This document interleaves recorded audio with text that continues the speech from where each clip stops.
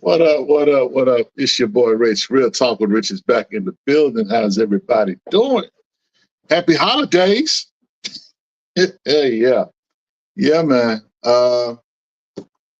Glad to be back in the saddle one more again. One of the podcasts. What up? What's going on? Hey, Jay. Appreciate you. Pericles. Salute. Look, man, we got a lot to get to tonight. I don't want to delay the time, but you know how I like to do in the intro. First of all, let me take care of the housekeeping stuff because I'm lousy at that. Please like, share, and subscribe to our YouTube and all our platforms and all that good stuff. So if you're on your way in, hit the like button, share the video, let everybody know we live, we're in the building tonight. So yeah, a lot of stuff has happened since your boy been in this seat.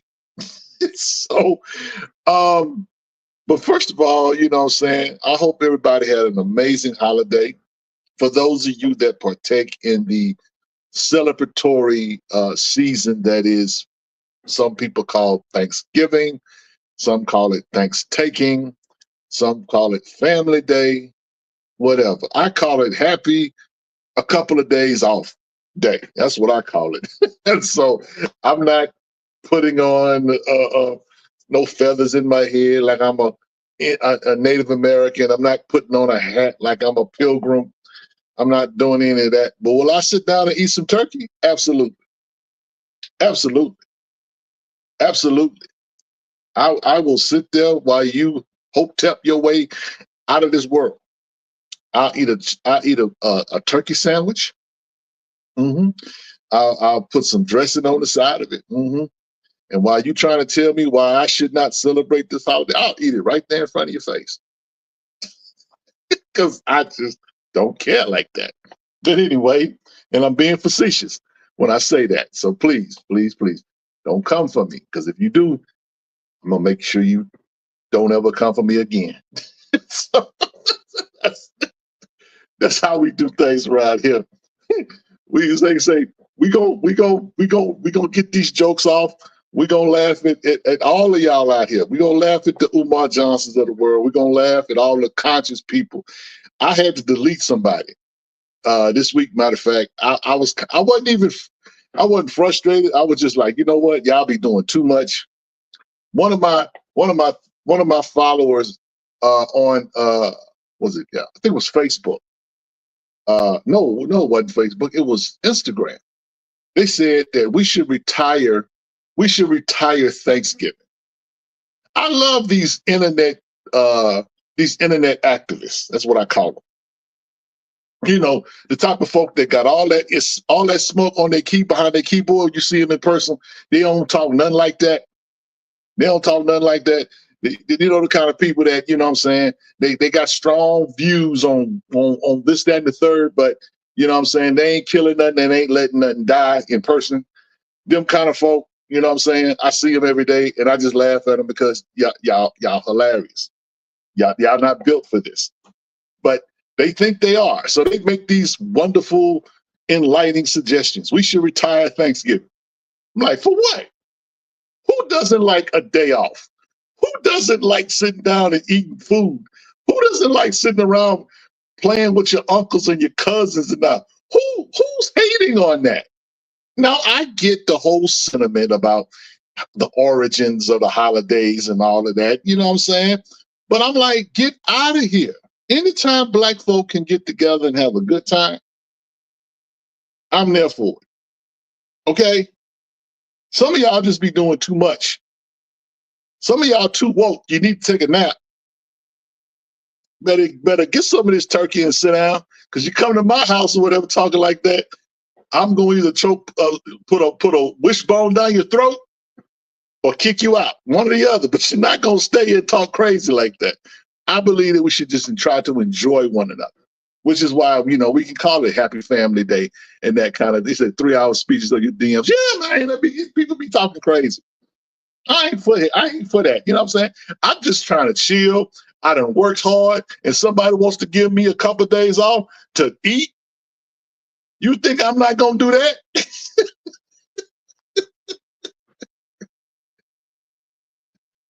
Get out of here.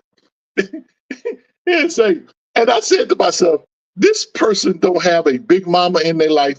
This person don't have a grandmother in their life. This person is probably some weird nerd out of the way, got 4 or 5 different names behind themselves, got 10, 11 different pronouns, just weird for no reason at all. Shut up, eat some turkey and sit down somewhere. But anyway, so, and of course, the day was not without drama, okay? Shout out to the Chicago Bears. Okay, now, Chicago, and of course, by this time, they have fired their coach. But that was the worst case of clock management in the history of clock management, okay? Dude, you had one job. You had the Lions. You had the Lions where you wanted them. And y'all screwed that up royally. That is crazy to me. Yeah, Kevin, the Lions are 11-1. They should be 10-2. They just dropped the ball on that. That was so weird how that happened. If I was the management or the owner of the Chicago Bears, when they left the field, I would have had my representative, my personnel, PA person, whatever, meet him at the tunnel and say, you know what? Here's your badge. Let me get your badge from you. You're gonna take a commercial flight home. You're not flying home with the team. Matter of fact, we're gonna put you on a Greyhound bus because you're gone. Okay, you're gone. So they waited a couple of days, mulled it over. I guess they wanted him to sweat a little bit, and then decided, you know what, we got to part ways, which is what they should have done. They haven't been the same since they fired Lovie Smith. So I don't know what y'all got going on, Chicago. Caleb Williams, I would not be that. I would not want to be that dude because it's a hot mess in Chicago. But yeah, so shout out to the Lions. They did their thing. Kevin said, a W's a W. I know you will. Look, I ain't mad at the Lions. The Lions? Well, I tell you what, I hope it's the Lions and Philadelphia Eagles in the NFC Championship game. I'm here for that. I am here for that. Ooh-wee. Man, that's going to be a good oof. Anyway. Also, shout out to the Kansas City Chiefs. The Kansas City Chiefs are the worst 11-1 football team in the history of 11-1 football teams. They're not trash, but they're not exactly lighting it up either. They are winning these games by the skin of their teeth, by just pure luck.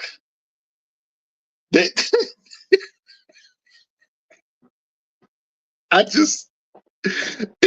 was like, I saw the end of the game, and it was just like, okay, y'all not gonna do this over again? The game's over? That's it? Yeah. So they got out of they got the win, but man, Patrick Mahomes, that boy running for his life. I don't know what's going on with the line in Kansas City, but that line is paper. And you're not going to be able to do that come playoff time, Kansas City. So I know that he's Patrick Mahomes and he does what he does. But he's been running for his life lately. He got sacked 5 times in that game. That's not going to bode well for him come playoff time because everybody's at the end of the season, everybody's hurt. Everybody's got some kind of injury, and that dude's not going to hold up running for his life like that. You can only escape with so many wins. And after a while, it's going to be like, you know what? Yeah. Okay. So anyway, shout out to Kansas City Chiefs. Y'all 11-1, but you crazy to think y'all just it's a cakewalk through the playoffs. Fatal says Caleb is breaking rookie records and his talent is being wasted here in Chi-Town. Yeah, well, look, bro. Yeah,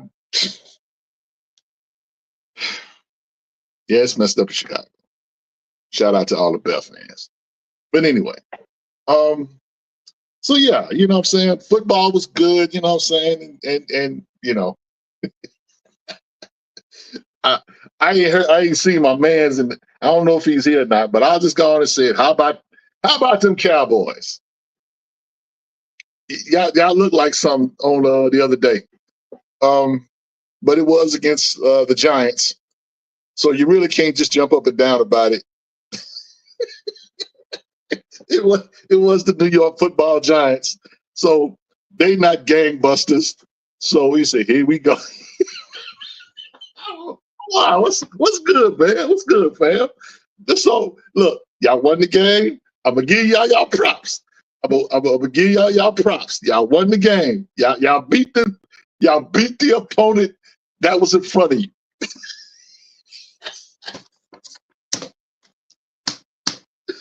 I look, I was happy that they won. I really was.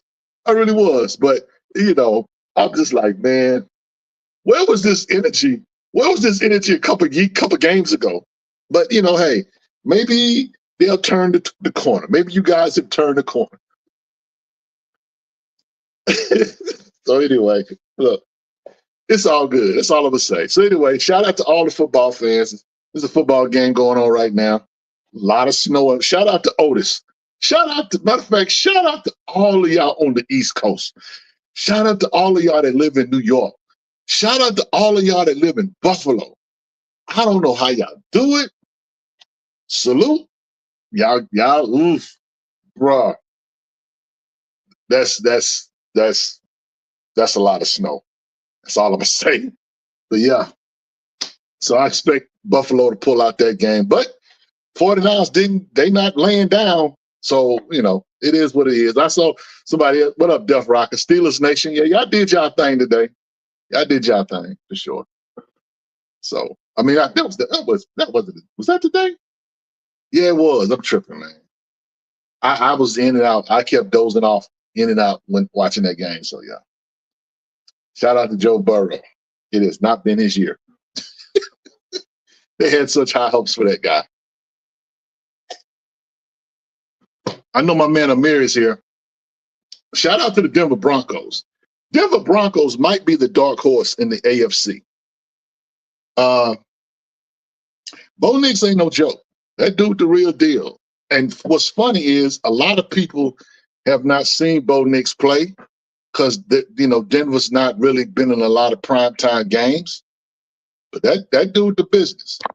So if they get a few more pieces around him, he might do some damage in the league for sure.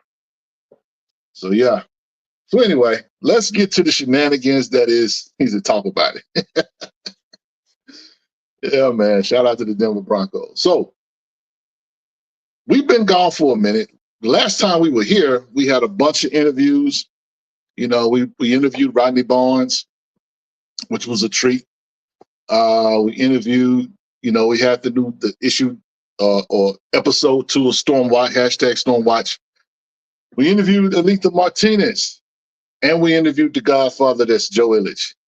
All of those were some dope interviews. And the last interview before that, or the biggest interview I would say, was when we interviewed Dennis Cowan, which was an amazing interview. But this past couple of weeks have been, pretty dope around Black comic lords in the interview space. So shout out to Derek, shout out to Paul for putting in the work and talking to these guys. It was a lot. That's all I can say. So those guys took a break. It was a well-needed and well-deserved break, I would say. And so some of the conversations we're going to kind of get into what was talked about later on. But until then, we're going to go ahead and get to low-hanging fruit. We're not done with football, y'all. Low-hanging fruit is a segment of the show where we talk about the news and we talk about the shenanigans that go on. And if you do something crazy, we're going to talk about it here. Well, maybe not we. Maybe it's just me. I'm going to talk about it. We have a Yahoo Sports article. Flag planting celebrations cause fights to break out in several heated college football rivalry games. College football was a combat sport on rivalry Saturday. Rivalry week matchups are always heated with tensions and resentments building, but 4 annual clashes ended with fights between opponents when the winning road team attempted to plant a flag on the home field of their adversary to punctuate a victory. Each scuffle was notable for different reasons, but they all were provoked by similar sentiments. The victors wanted to make a statement, while the defeated wanted to protect their home turf and prevent further indignity. Oh, God. You know,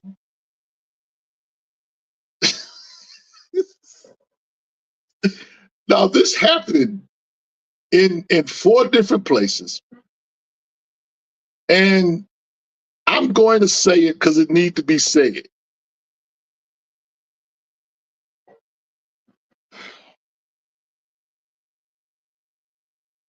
I put it on my personal page, how I was really disappointed. Because I'm looking at all of these young black athletes playing for these predominantly white institutions and carrying on like some thugs. And that's not to say that there are thugs, but you're supposed to be student athletes. You're supposed to learn professionalism. You're supposed to learn how to conduct yourselves. Now, I don't know who idea it was to have everybody take a flag and plant it on the turf of where you were playing. I don't know who idea that was. I find it interesting that this all happened the same day, and I know it was rivalry week, and I've been a sports fan a long time. So I'm used to seeing stuff go down rivalry week, but not on this level. And the reason why I had something to say about it was because I make a point to point out the obvious,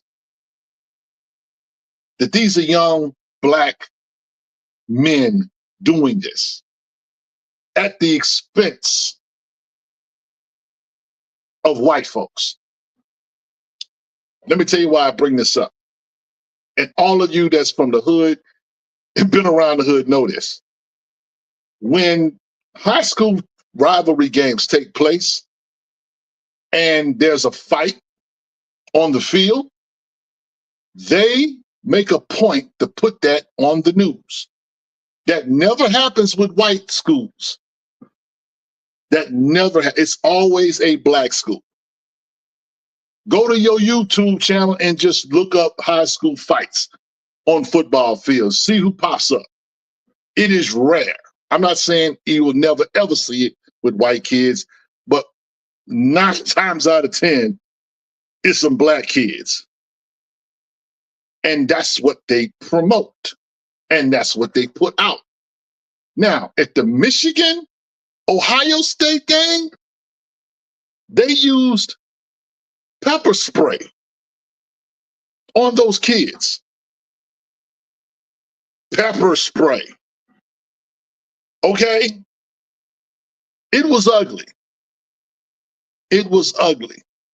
Now, I live in Texas. And this year was the first year they had a Texas A&M rivalry game in, like, I want to say almost 10 years, 7, 8 years. It didn't go down like that. Because when you've been a rival with somebody for so long, and these other schools have been rivals all a long time too, how is it possible that this winds up being the common theme? Putting a flag in the ground.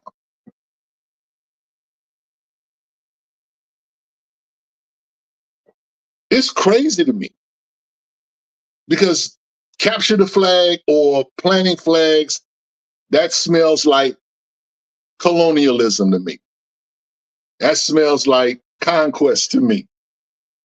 It's very disrespectful. So if you're trying to plant a flag at somebody's home field, you're going to get the energy that comes with that. This is what you're going to get. It got out of hand. But it wasn't just one school. It was 4 schools, 4 major schools. But, you know, some people want to say boys will be boys. Some people want to say it was just the heat of the battle or whatever. You know what I know when it comes to us, we don't take disrespect lightly. So somebody stoked those fires. We don't play capture the flag in the hood. Where they get that from? Somebody make it make sense. I have never played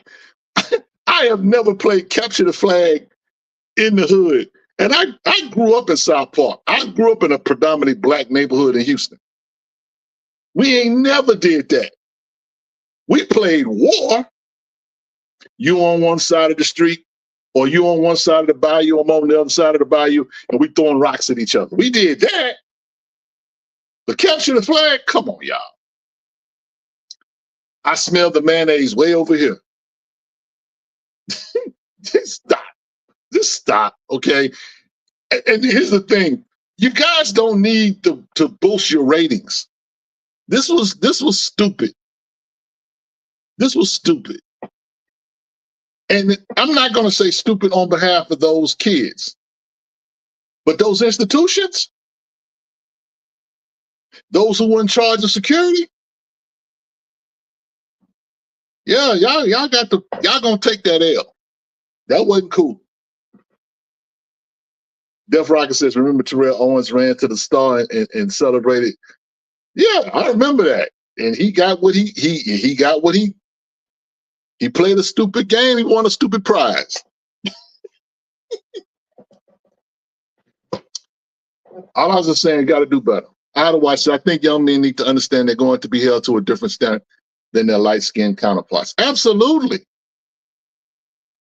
That's why I'm bothered by it, because again, that's going to be fodder for somebody to say, see how they act, see what they do. Because again, when I've watched TV and you know, when high school kids act up and do things like this, it's on the news. It's on the 6 o'clock news. So I just think that, you know, people need to really consider what's going on. Jason Varitek fought A-Rod this in the year the Red Sox won the World Series. Sports are the modern day coliseums with gladiators. These athletes are competing for millions. Their teams are their religion. That's true. That's true. But I got to say that, you know what I'm saying, somebody has to have some sense. It's got to have some sense. As I noticed, they're not showing the Notre Dame player hit the USC player. I mean, you know, look, like I told you, the melanin is strong in these clips.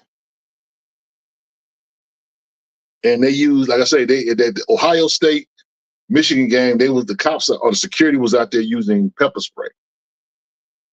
Like, come on, y'all. What y'all doing? So next year, when they have these games, and when you see security and cops everywhere, and none of y'all will get to storm the field like y'all want to as fans, here you go. And what they're going to do, they're going to blame a nigga for it. But y'all have good luck with that. See you next year. Yep. Anyway, that's enough of that foolishness. I want to talk about one demand. Somebody put up a post in our space, and they were talking about how they thought it was so amazing or wonderful to see my man Mateen looking dressed up in the same jacket as Wonder Man in the comics. And I'm not a proponent of race swap at all. At all. I am not a proponent of race swapping at all. We didn't ask for this. And most of us are not Wonder Man fans.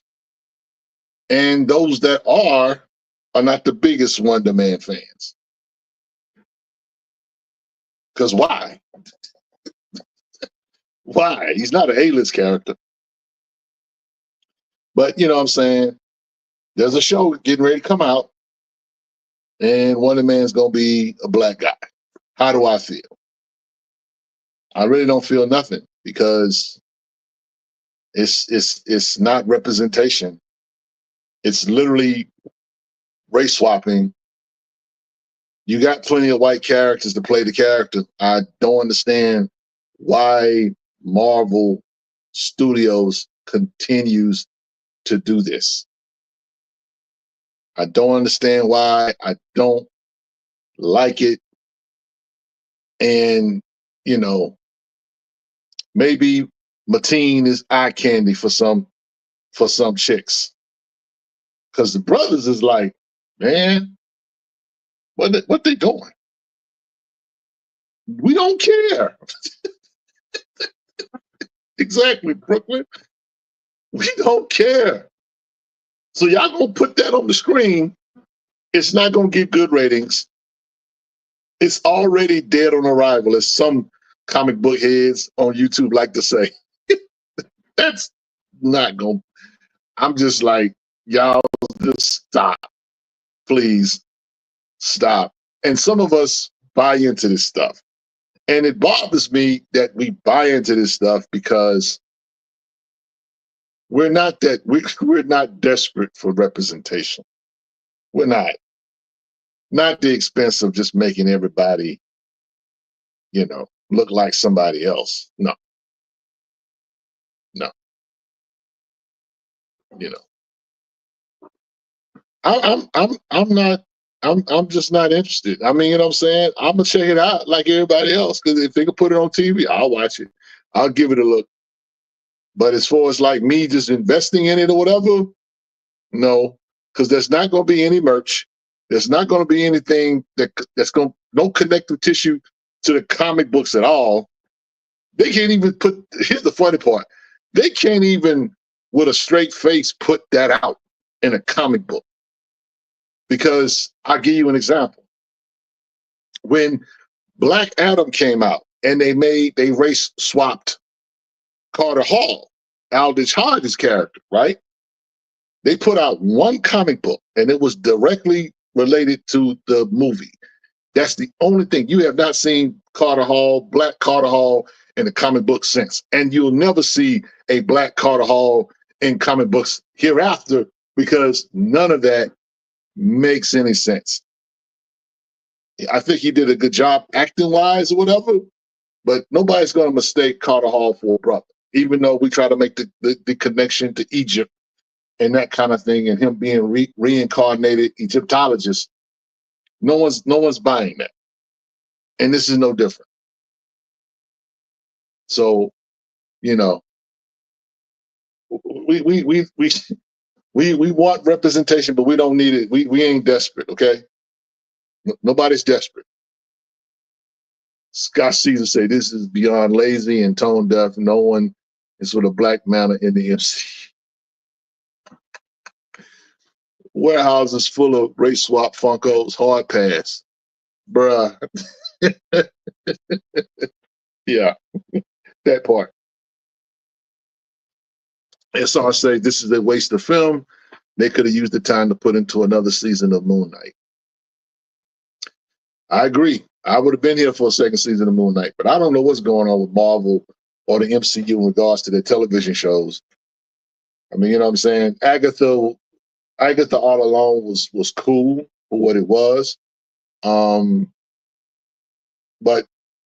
you know, again, these shows, clearly, they're not even thinking about, I would say, the long game. Everybody's waiting for the reboot, which they say is Secret Wars. It can't get here fast enough. So, yeah. Race 7 says, facts, they should have cast him as Triathlon, had him hunting down evil scrolls. I definitely would have been here for that. Jeff Rocket says, wow, just noticed the picture with the red jacket. Looks stereotypical. Hey, bro. And you got the red shades to go with it. I'm just waiting for the Isaac Hayes music to cue in the background.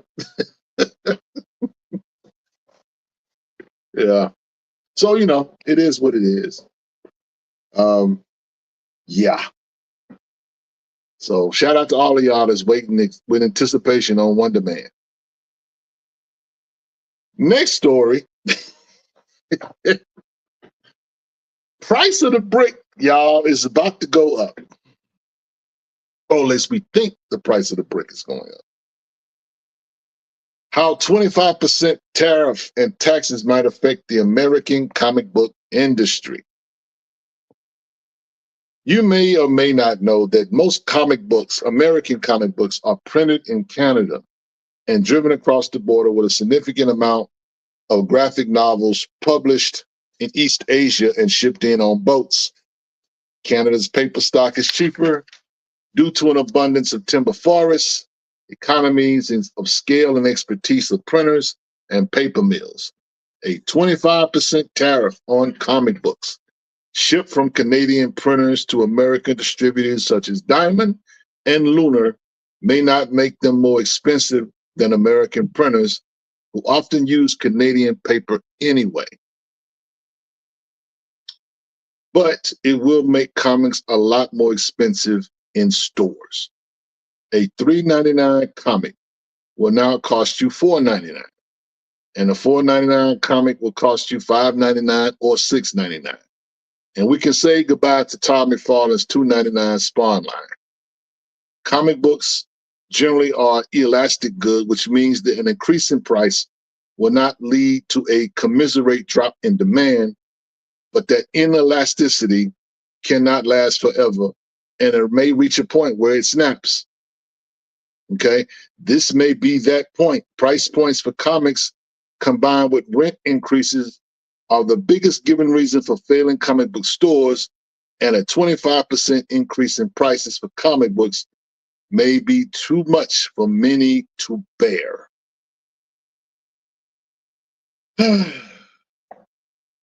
Bo Big, what's good? We got a super chat. Let's get it. We'll talk about this foolishness in a minute.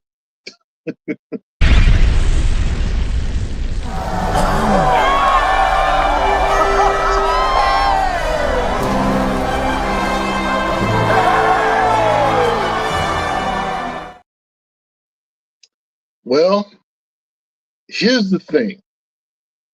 Some say that this will not really lead to higher comic book prices. I can definitely say this, though. If there is a 25% tariff attached to paper, period, what's going to really increase in price, and these things are already higher, are like bags and boards. Bags and boards are, when COVID hit, bags and boards went up a whole lot. For 100 bags and boards, you might pay somewhere in the neighborhood of $15, $16, $18.99 for a box or a ream of 100 boards. So I know for a fact those are going to go up. Now, the comic books may be a little different. They may try to keep the prices, because really the prices are out of hand right now. The comic book prices are out of hand. Comic books are not cheap. And a tariff on goods that come from overseas or across the border, in this case, we're talking about Canada, and in this case, we're talking about China. Yeah, they're going to pass you the buck. They're going to pass us the buck. We're going to pay more for these books. Now, it's not happened yet, but I brought this to you guys to kind of like say, get ready. The price of the brick might be going up. And that's not just floppies. That's going to be trades. That's going to be graphic novels. The paper quality has gotten better. Thank goodness. I just need Marvel to do a little bit more, because at one time their paper quality was almost like tissue. It's gotten a little bit better, but it is what it is. Now, let's just keep it a stack. Some of this is a result of the election. There's no getting around that. I'm not here to talk about the politics of that. It is what it is. Like my man Smooth Approach says, voting has consequences. It is what it is. I will say this. I will say that you kind of knew that that's what the guy that got the job, you kind of knew what he was going to do. He said so much. So it's not like you're going to be shocked. It's not like you're going to be horrified or mortified when it happens. Tariffs are going to come. I mean, some stuff is going to go up. It is what it is. And it's going to put more of a demand on goods that are here locally, that are created here locally. So the guys that's doing comics like print on demand, they won't be affected. But the comic industries that use distributors like Diamond and Lunar, oh yeah. Seco said, we tried to tell folks. I mean, it is what it is, y'all. You know, and again, I'm not here to cry a river about it. It is what it is. Behind the scenes says, out of thousands of new comics that have come out in the last 2 to 4 years, what single issue has really spiked in prices to keep? The first print of Last Ronin and Absolute Batman? Probably both, I would guess. Definitely Absolute Batman. But the funny thing is, Absolute Batman is a good book. I enjoyed it, but I don't know if that's that price point or that value is going to hold. I don't think it's going to be as big as it is now. Them prices are going to drop. You know, it's a buyer's market right now in the community in general. So if you're looking for keys on certain things, the time to buy is now. But you got to have the funds or the discretionary funds to be able to do so. And a lot of people these days either don't, or they're not choosing to spend their money, you know, like that, which is why we're going to get into a little bit of some of that later on.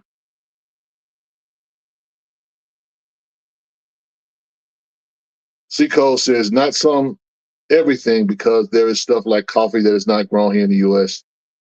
There are 9 foods not grown here in the U.S. C. Cole says, I'm sorry, 1-100 Podcast says, as a black man in America, I was taught to pivot as needed. I enjoy comics, but if I have to trades every few months, I will. Yep. Brooklyn Amistad says, this is messing up so-called friendships. I mean, no, it is what it is. I just report the news.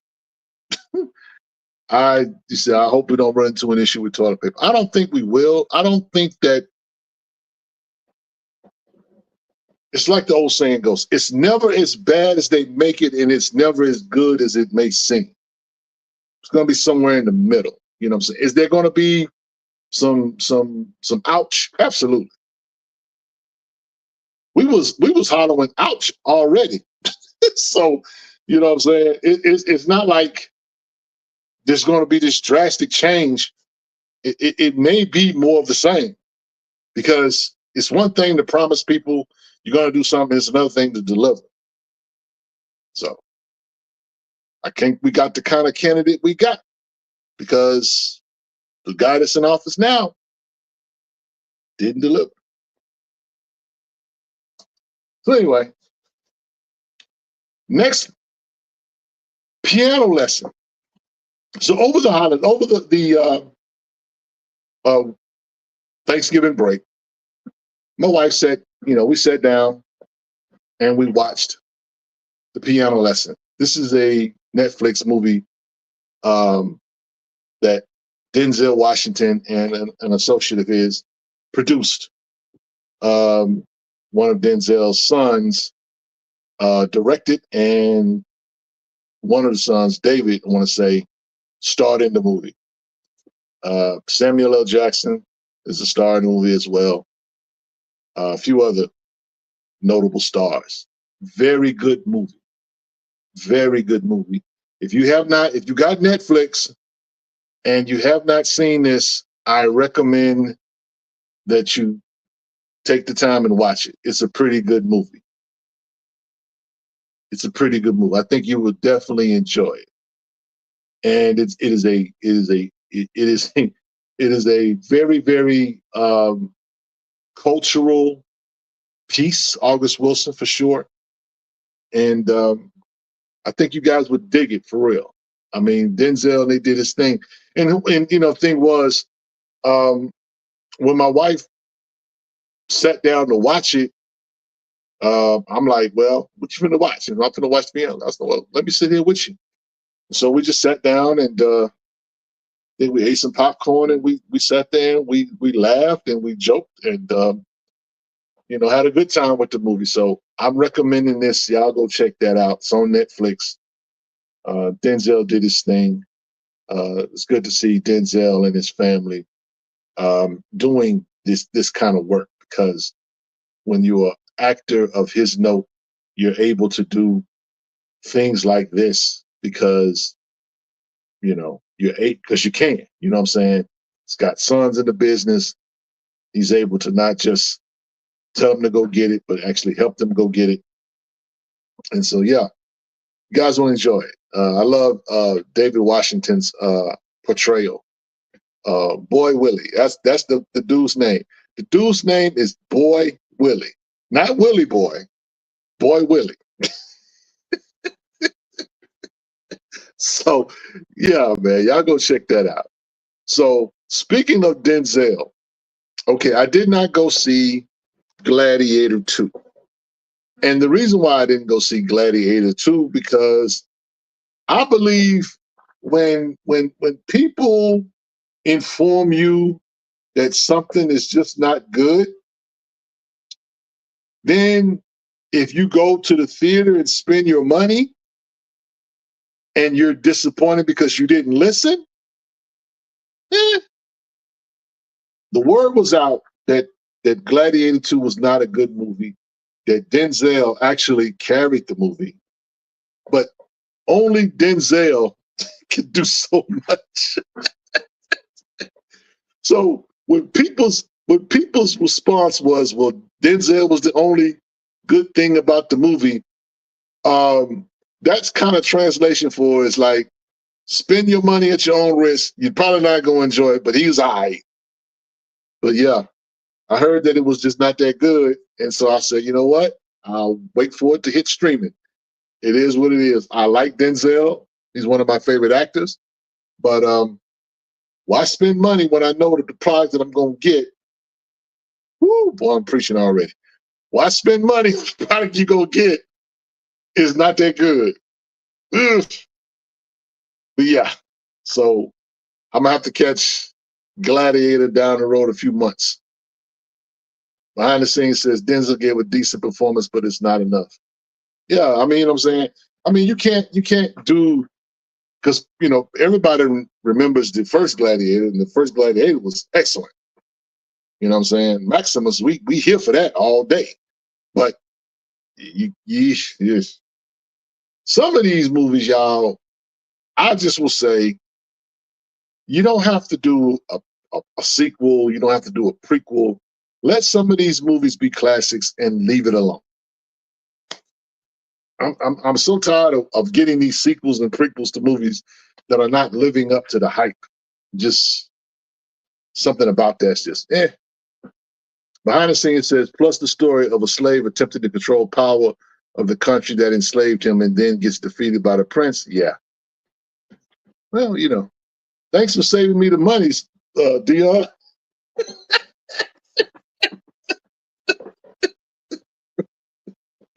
Shout out to my man. That's my man. So, yeah. But anyway, he said he didn't need to be in it. They did him a disservice. Yeah, well, he probably got a check. Probably got a nice size check to do it. You know what I'm saying?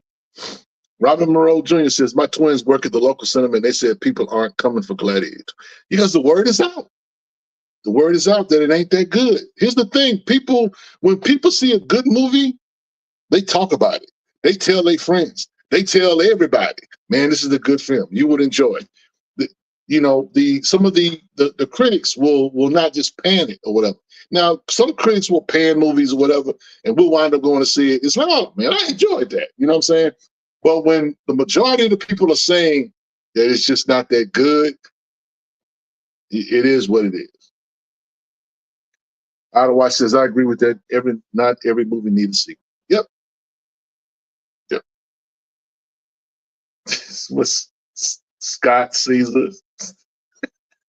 He says, this is what happens when you only have a few studios. Lowest common denominator films, standards in the toilet, fools out here hype for Blue Streak 2.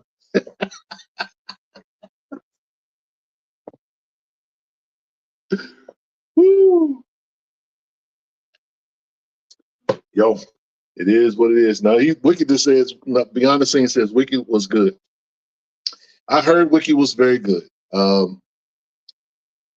Out of all the drama that was going on behind the scenes, whatever, that's the movie of the season.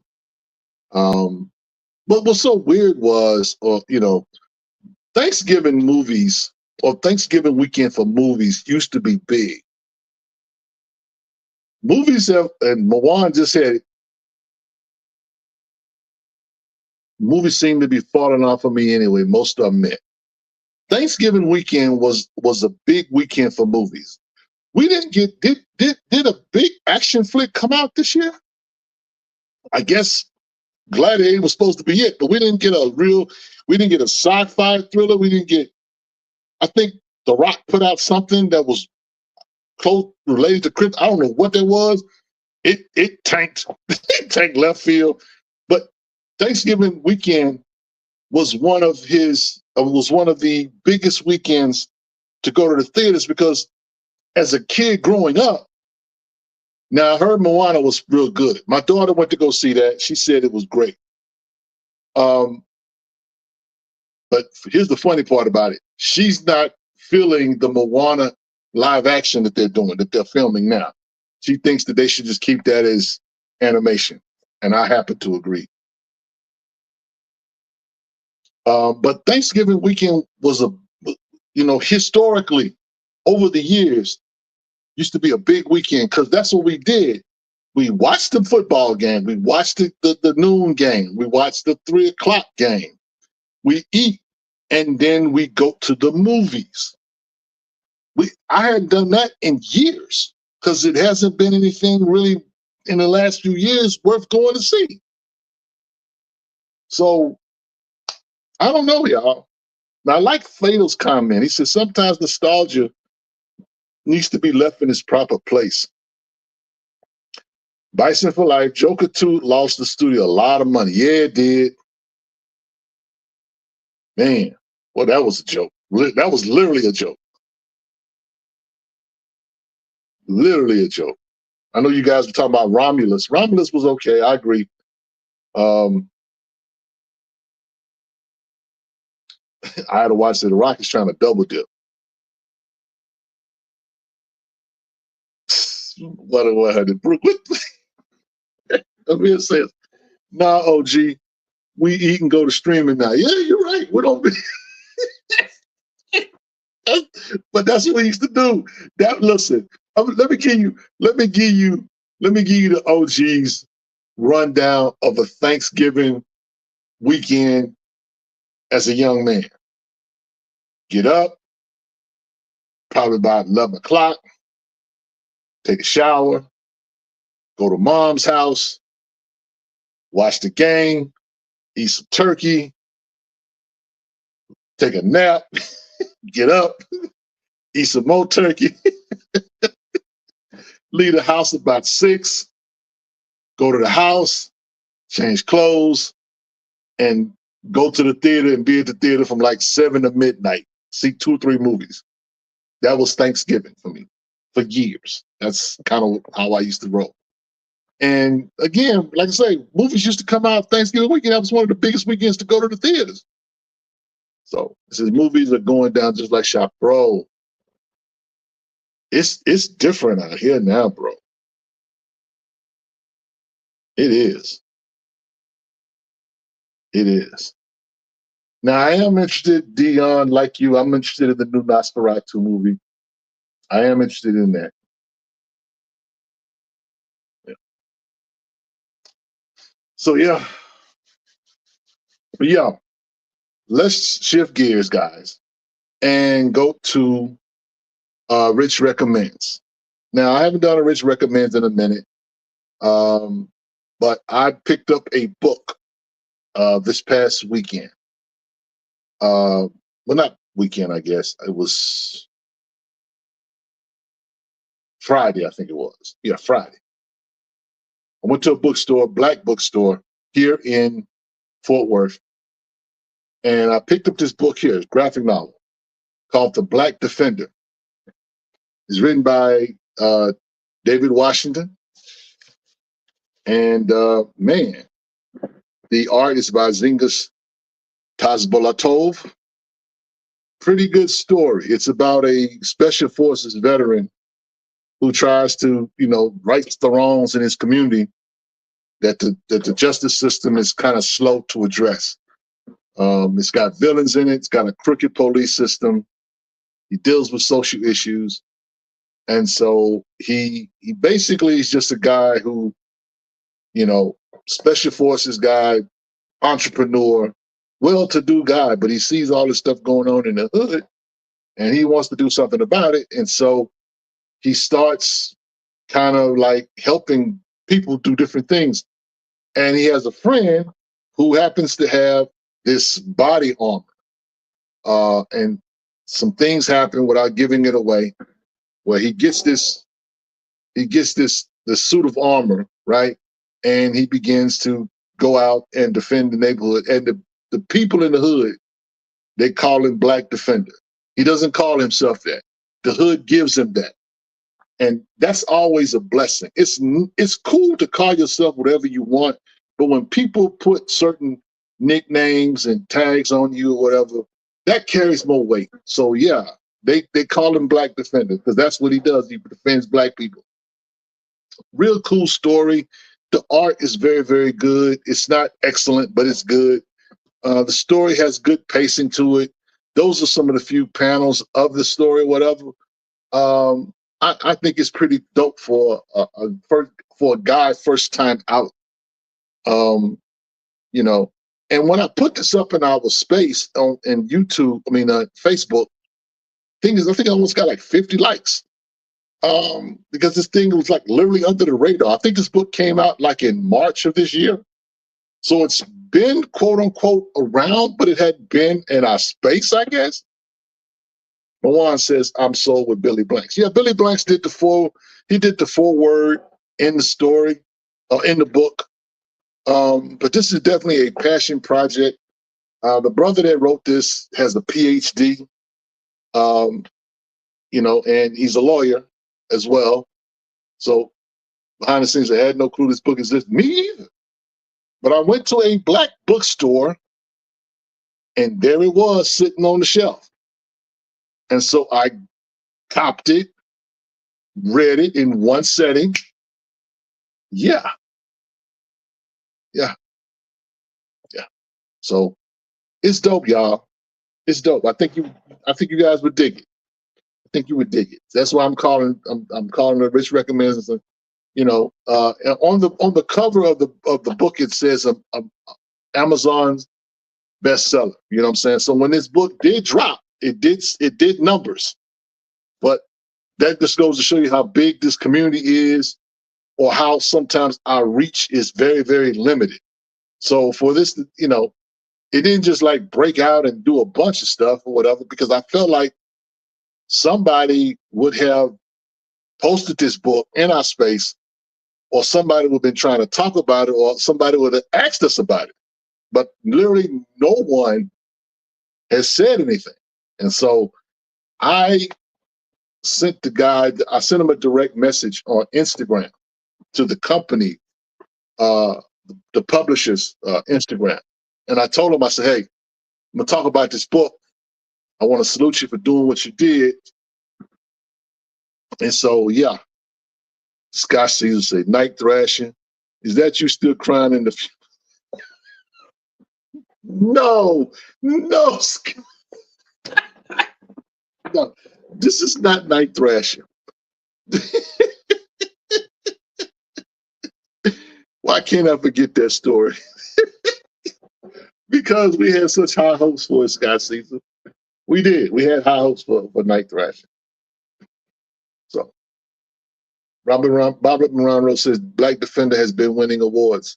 Dr. Washington should be interviewed by BCL. I reached out. I don't know if he's going to reach back out to us, but I did reach out to the company, you know, publisher. He is the publisher, but I reached out to the corporate publisher. We haven't reached out directly to him.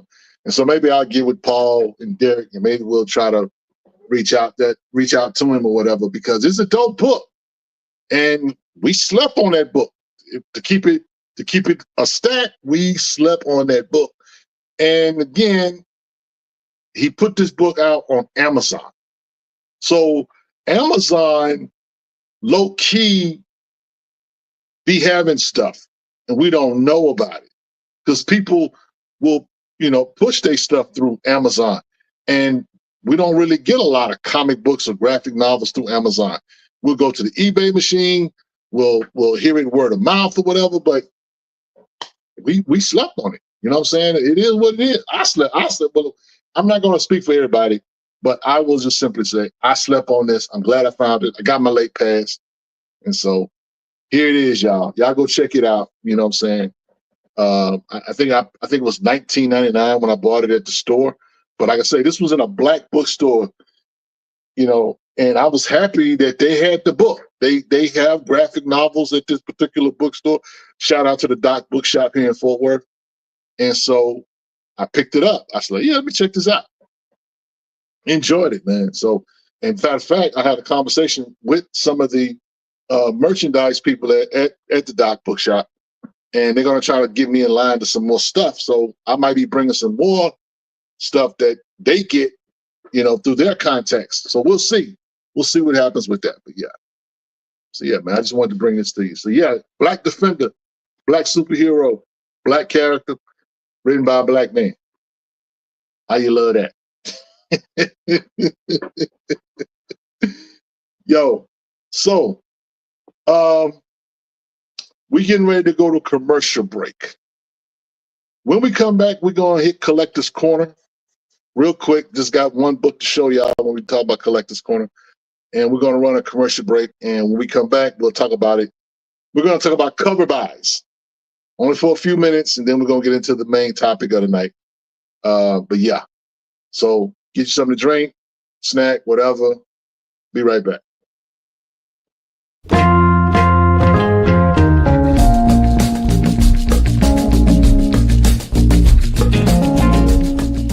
When you go to an art museum and you see pictures on the wall, what do you think? I can tell you that a picture cannot audibly speak anything. Yet you will be challenged to find something, however, that doesn't speak louder. They say a picture is worth 1,000 words. And that is how I justify buying Black books at times solely for their covers.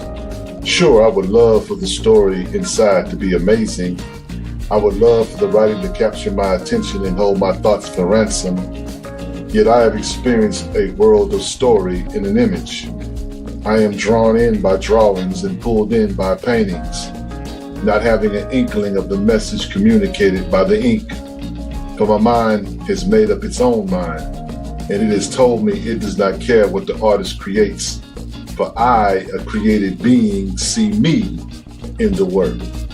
I see my babies, I see my ladies, I see my brothers, I see my fathers, I see my people, I see my equals, I see everything and anything and something completely different from you and you too. We see the same shapes and colors, but not the same images. Beauty is truly in the eye of the beholder, for I beheld a canvas that canvassed my heart and mind, giving me peace, giving me sadness, and giving me anger, giving me love and giving me hope. So when I see comic books with a face like me, I see a story where half the story has yet to be told, because truly it can't. After all, a picture is worth 1,000 words.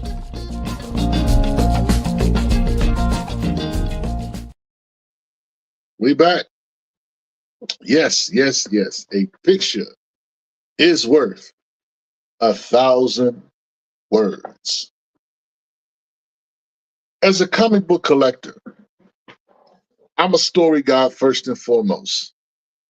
I always emphasize that and stress that to whomever, and people that interact with me figure that out about me anyway, right? So, but there are times when I see something on the shelf and I'm like, oh yeah, I gotta have that. I gotta have that. So we talk about Collector's Corner. I just want to talk about one book, but I want to talk about cover buys in general. So I was at a shop here in, actually it was in Benbrook, which is really right outside Fort Worth. Thank you, Vagrant. Please hit the like button. But I was at a shop in Fort Worth, and I was having a conversation with the proprietor, and we were talking about artists. And so this particular shop works in conjunction with a lot of different artists.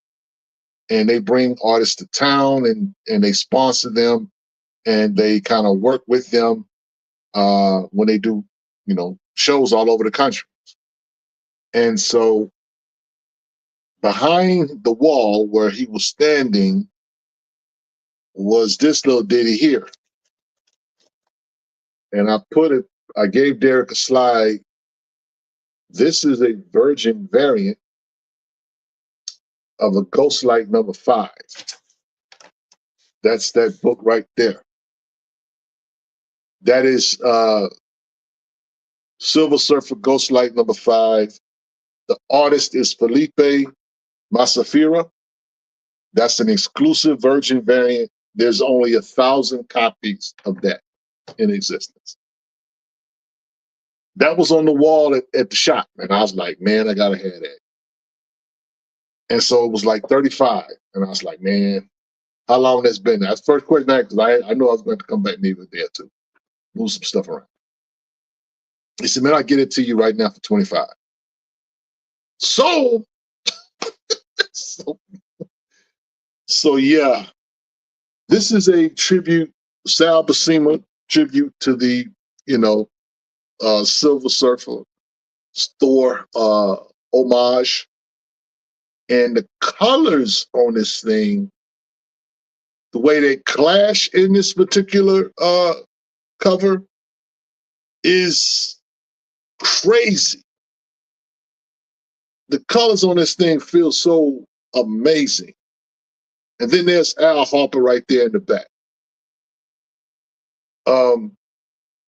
So yeah, man, I had to have it. It's one of those things. I don't, covers don't always entice me, but every now and then I'll see something, be like, you know what, I gotta buy that.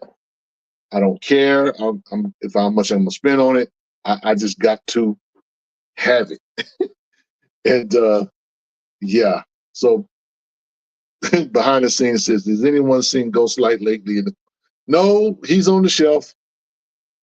He's on the shelf. I don't know how long he's gonna be on the shelf, but it is what it is. Dr. John Jennings wrote an amazing 5-issue mini. It's a very, very good read. I recommend that for sure. But you know, it's a black character, you know, that's there. An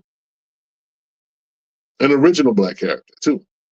Let's not forget, you know what I'm saying? So it's there for them to use. But yeah, man, I you know, cover buys are great. I'll share some other books real quick. Now, I was collecting the John Stewart run. Green Lantern War Journal just wrapped up recently, and one of the variants that I did pick up was this one here.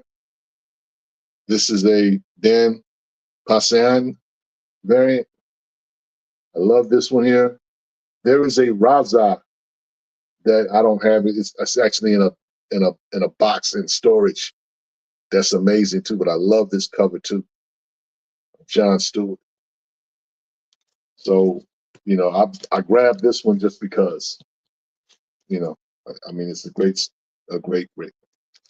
I want to show, like, you know, we always talk about Stranger Comics. By the way, Stranger Comics has a thing going on right now.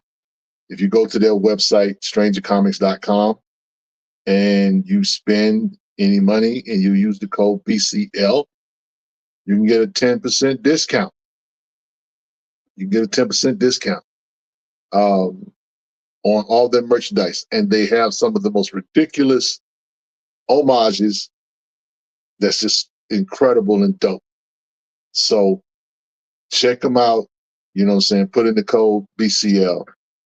Also, on December the 7th, Stranger Holiday, they're going to be exclusives and giveaways. Now, those 2 books there are Black Comic Lord exclusives.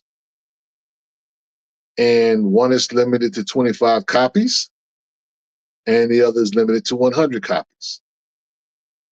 So, I mean, you know, you want to show up for that, get it to you an opportunity to get the Black Comic Lord exclusive. And that's on December the 7th, 3 p.m. Pacific time, 6 p.m. Eastern.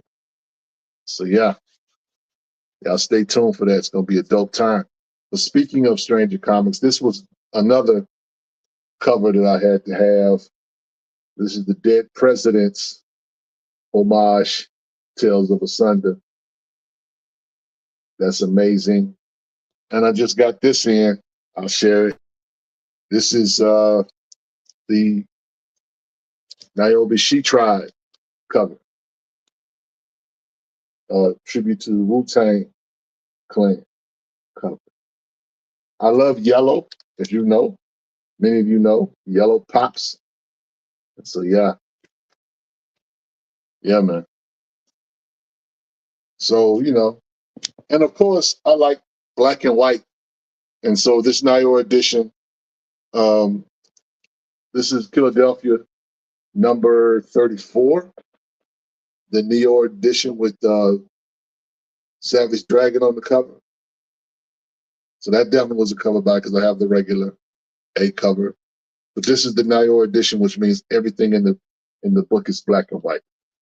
Because Jason Sean Alexander is a dope artist, and you know, he does his thing. So I love covers. I can't buy strictly for covers because, you know, unless you're going to display certain books or whatever, to me, it doesn't just, you know, but I know guys that's what they do. They buy books based on covers. I got a homie, Steve, shout out to Stephen Bowers. He's got an amazing collection, a lot of Stranger Comics. Matter of fact, but he has a lot of cover buys. But that guy has a lot of history books too. So, but you know, cover buys are a part of the culture, and so yeah. And I will say, you know, Manifesto says still have to read my Stranger collection. It's a good story, bro. The Tales of a Thunder story. Don't sleep on that. Sebastian is a dope writer.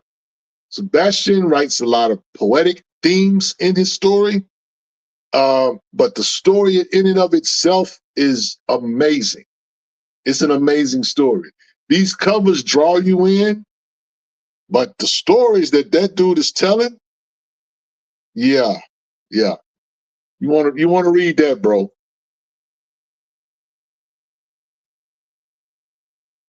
Yep, you want to do that. I had to watch. Say I had to stop doing that buying for covers. Yeah, covers are addictive. Covers are addictive, especially if people know that you love certain things or certain covers. You know, Azure Beast says in the last week I picked up the Ghost Rider trailer to his Bring the Thunder and 20 Pass Rigger. Okay. Yep. Manifesto says cover art collectors trades would make money for sure.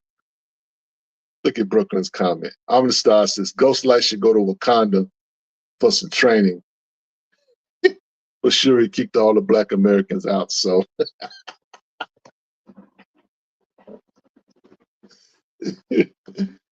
yeah, she kind of did that.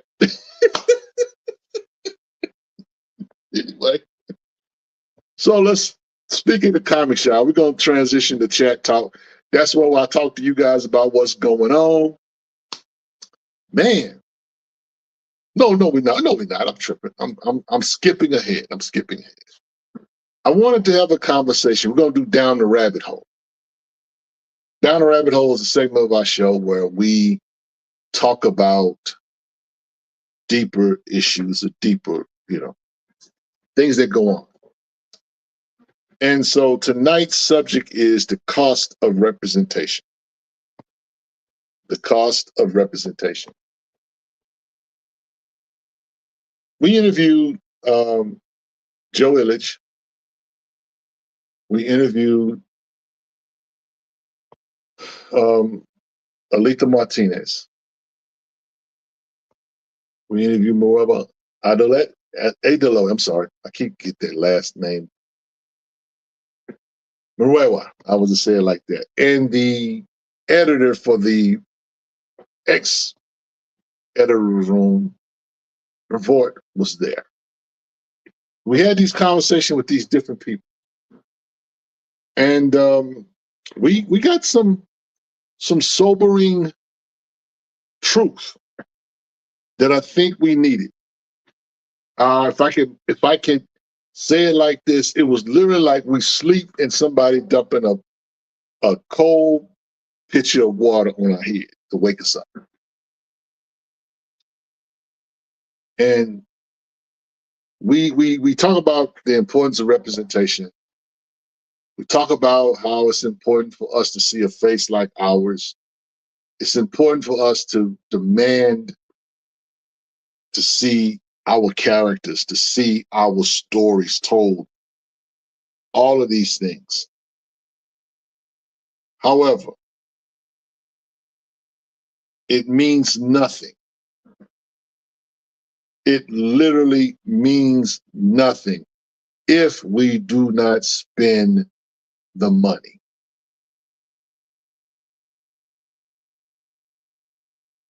If we don't make the investment in these characters by buying these books when they come out, by putting them on our pull list,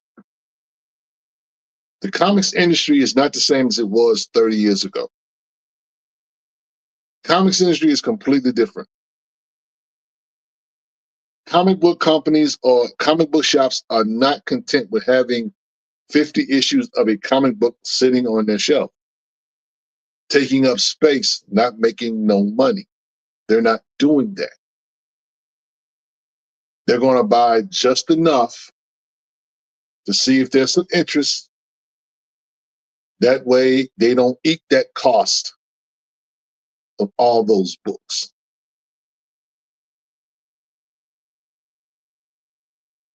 Here's the thing,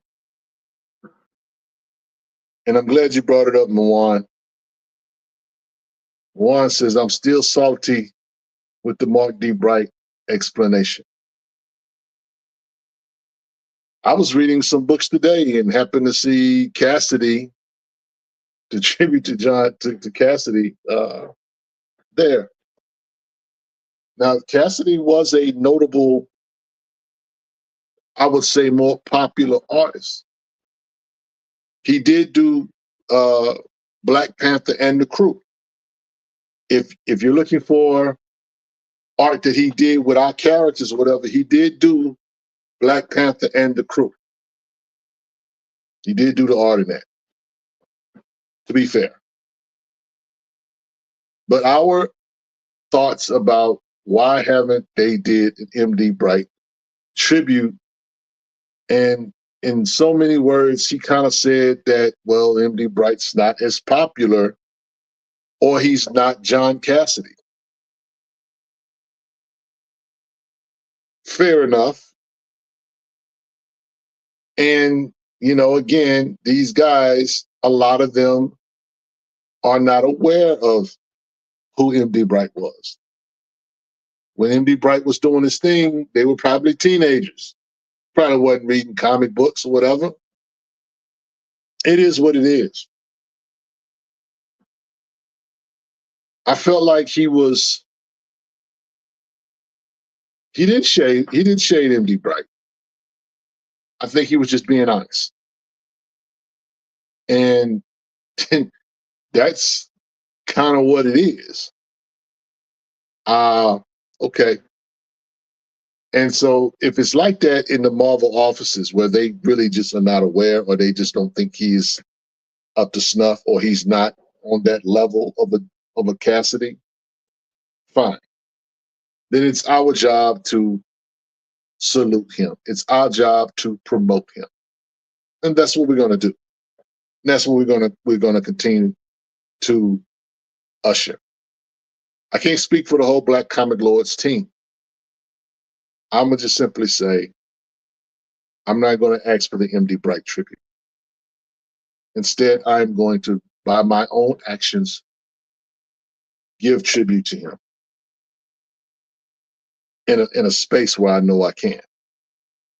Shout out to him behind the scenes for the super chat.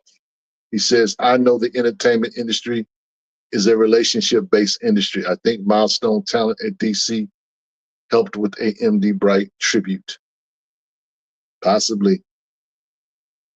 Let's go, Derek. Donation. It's a donation. I thought it was the trash. Don't be hitting on me.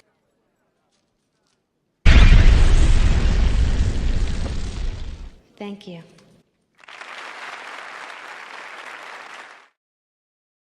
Yes, and thanks for the super chat, Dion. And to that point about Milestone, I was in the chat. I wasn't a part of the interview, but I was in the chat. And so I did ask Joe Illich for a Easter egg of MD Bright tribute. And he said there is something coming in issue number 4. So I'm grateful to him for that. I'm grateful for Joe Illich being where he is, because Joe can actually not only address, he can do something. He can do something about it. He doesn't have to be part of the editorial. He's a writer. He can easily write something in. He can easily have the artist do something. It's quick. It's painless. Which is what I thought I was asking. We weren't out of our bounds to ask Brevort why you guys haven't done a tribute to MD Bright at Marvel. Now, he said, in all fairness, that he wasn't 100% sure that this is what it was, but from his lens, he's just not the same guy. So I'm like, okay. So now the comparison things or whatever, that's a real element. I don't buy it, But if that is the reason you're going to give guys who buy comic books, guys who are fans of MD Bright, the reason why you don't get the tribute is because he's just not this guy over here. All right. All right. Keep that same energy. Keep that same energy. Because everything goes around. What comes around goes around. So, yeah.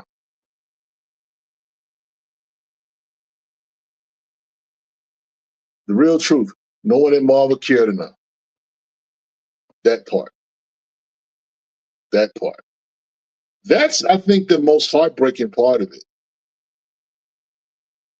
That he didn't care. You know, say this is a black man who spent a lot of years at Marvel, a lot of years at DC, notable artist, was on a lot of books, Iron Man, Avengers. Okay, but you know, it is what it is. So you know, I'm going to, you know, me personally, I'm just not going to ask for the tribute no more. I'm just going to give my tribute to MD Bright in my own way. And yeah. And so I'm telling Marvel, if Black Comic Lords ever gets to a space where you guys respect what we do and you guys really want our feedback and you guys really care about what we think, if that ever happens, like I said, keep that same energy. Because you might ask me about somebody I don't care about. I'll be like, yeah, we'll see. I'm, you know, like I said, everything is relative. What comes around goes around. Don't forget that. So anyway, but in regards to the community itself, in terms of representation, we want it. But at the end of the day, it's about making the investment in the community, making the investment in the writers, making the investment in the artists. Listen, Kanan White is an amazing writer. Kanan White does not have to do black characters. Kanan White can literally do Superman. He can literally do Iron Man. He can literally do any character anywhere on the planet. That guy is just that cold with it.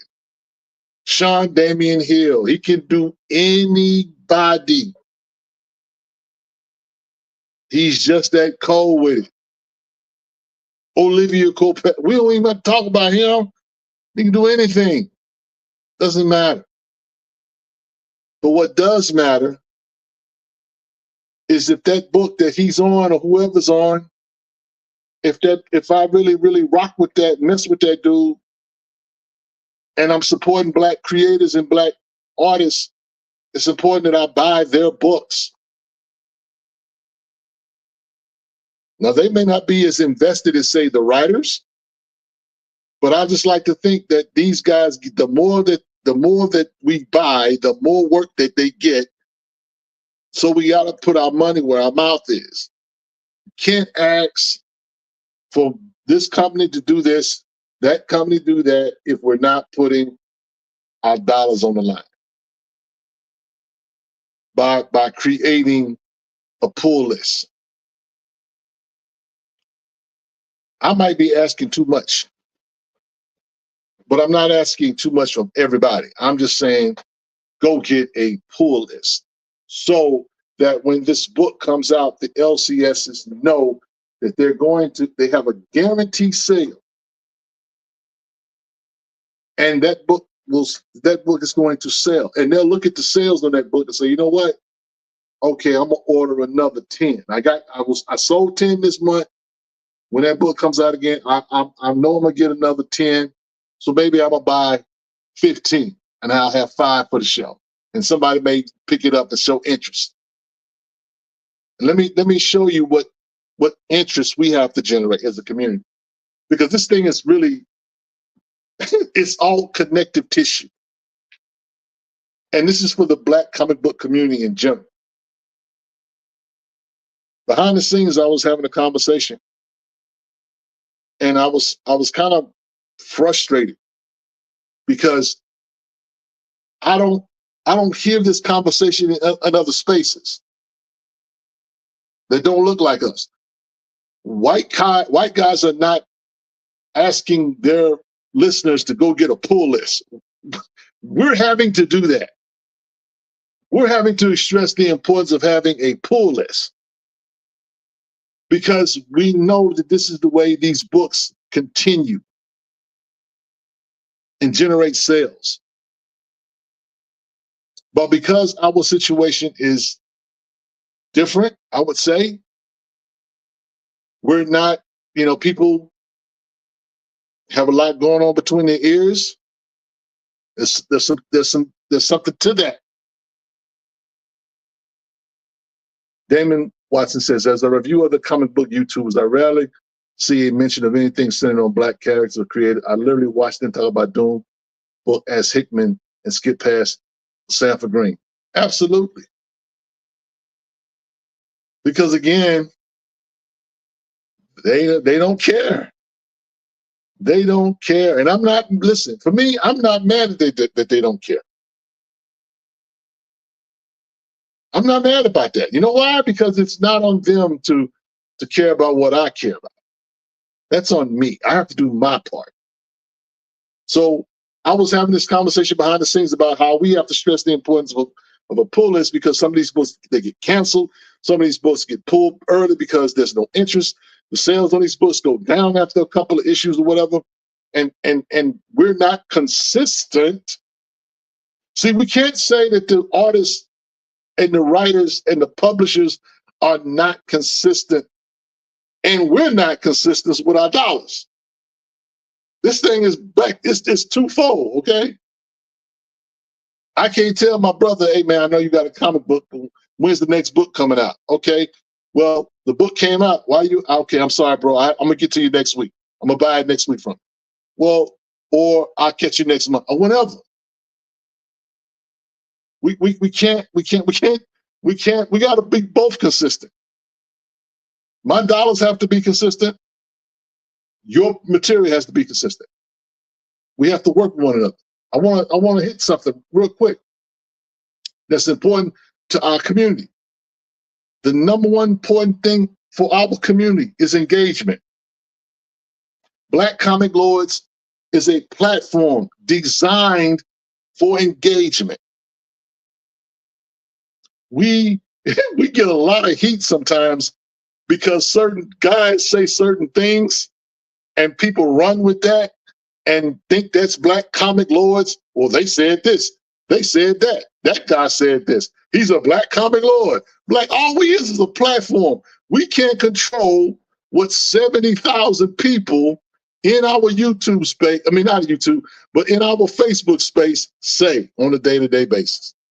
We can't. We're not interested in doing that because we don't have a quote unquote rule on what you should do to be a Black Comic Lord. We're all Black Comic Lords. But because somebody's associated with us, we take hits for it.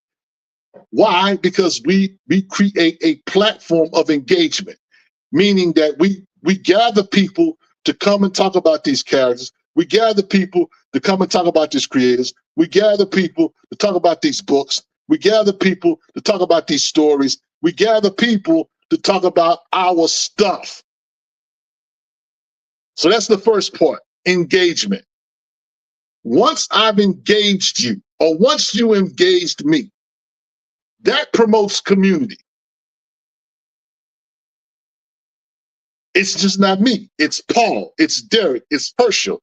It's guys like Deron Flood in Blurred Corp. J. Napoleon Winston. It's Willie Cordy. It's Joe Illich. It's Rodney Barnes. It's Jeffrey Thorne. It's the community made possible through engagement. And through that engagement, that promotes culture. Not what we do, but how we do things. So if there is a book that's coming out and I want to be supportive, that means I got to find out, one, how to get it, two, how much it's going to cost me, three, the steps to be able to make sure it gets to me, the end user. But I got to be invested. See, it's a lot of people that's, because we call ourselves a niche within a niche within a niche, right? We're a niche within a niche. We are comic heads who promote Black characters, who promote Black artists. We are literally in a bubble. But there's a lot of people that's outside the bubble that can come inside the bubble, but for whatever reason, they stay outside the bubble, meaning that they're not going to buy books. They don't care about the characters. They got one character that they care about, and everybody else can go to hell. They got one. That's kind of how some people are. So they're not really in the community. They're literally on the outside. They're outside the engagement. They're outside of the realm of influence. We preach pull lists and getting the books by final cutoff date because we want these books to go on. Books get canceled because people lack interest. And here's the thing about guys like myself, who is a podcaster. I have to engage the audience. I have to ask questions. I have to tell you sometimes stuff that you might think I'm just wrong as two left shoes, but I got to speak to it. Because if I don't engage you and say, hey, if you don't spend your money, bro, this is going to go away. And then we get 100 questions on our Facebook page asking us, man, why that book get canceled? I told you that. Did you buy the book? Well, I was going to. No, dude, you need to buy the book. You don't need to buy the book 6 months down the road. You need to buy the book now. If you're going to wait and get the trade, you need to tell your LCS that I want the trade. You don't wait till the story is over and then go to your LCS. Is that available in the trade? Why would even Marvel or DC or any company for that matter create a trade if there's no interest in the floppies in the first place? This is a contact sport, and we have to create the context.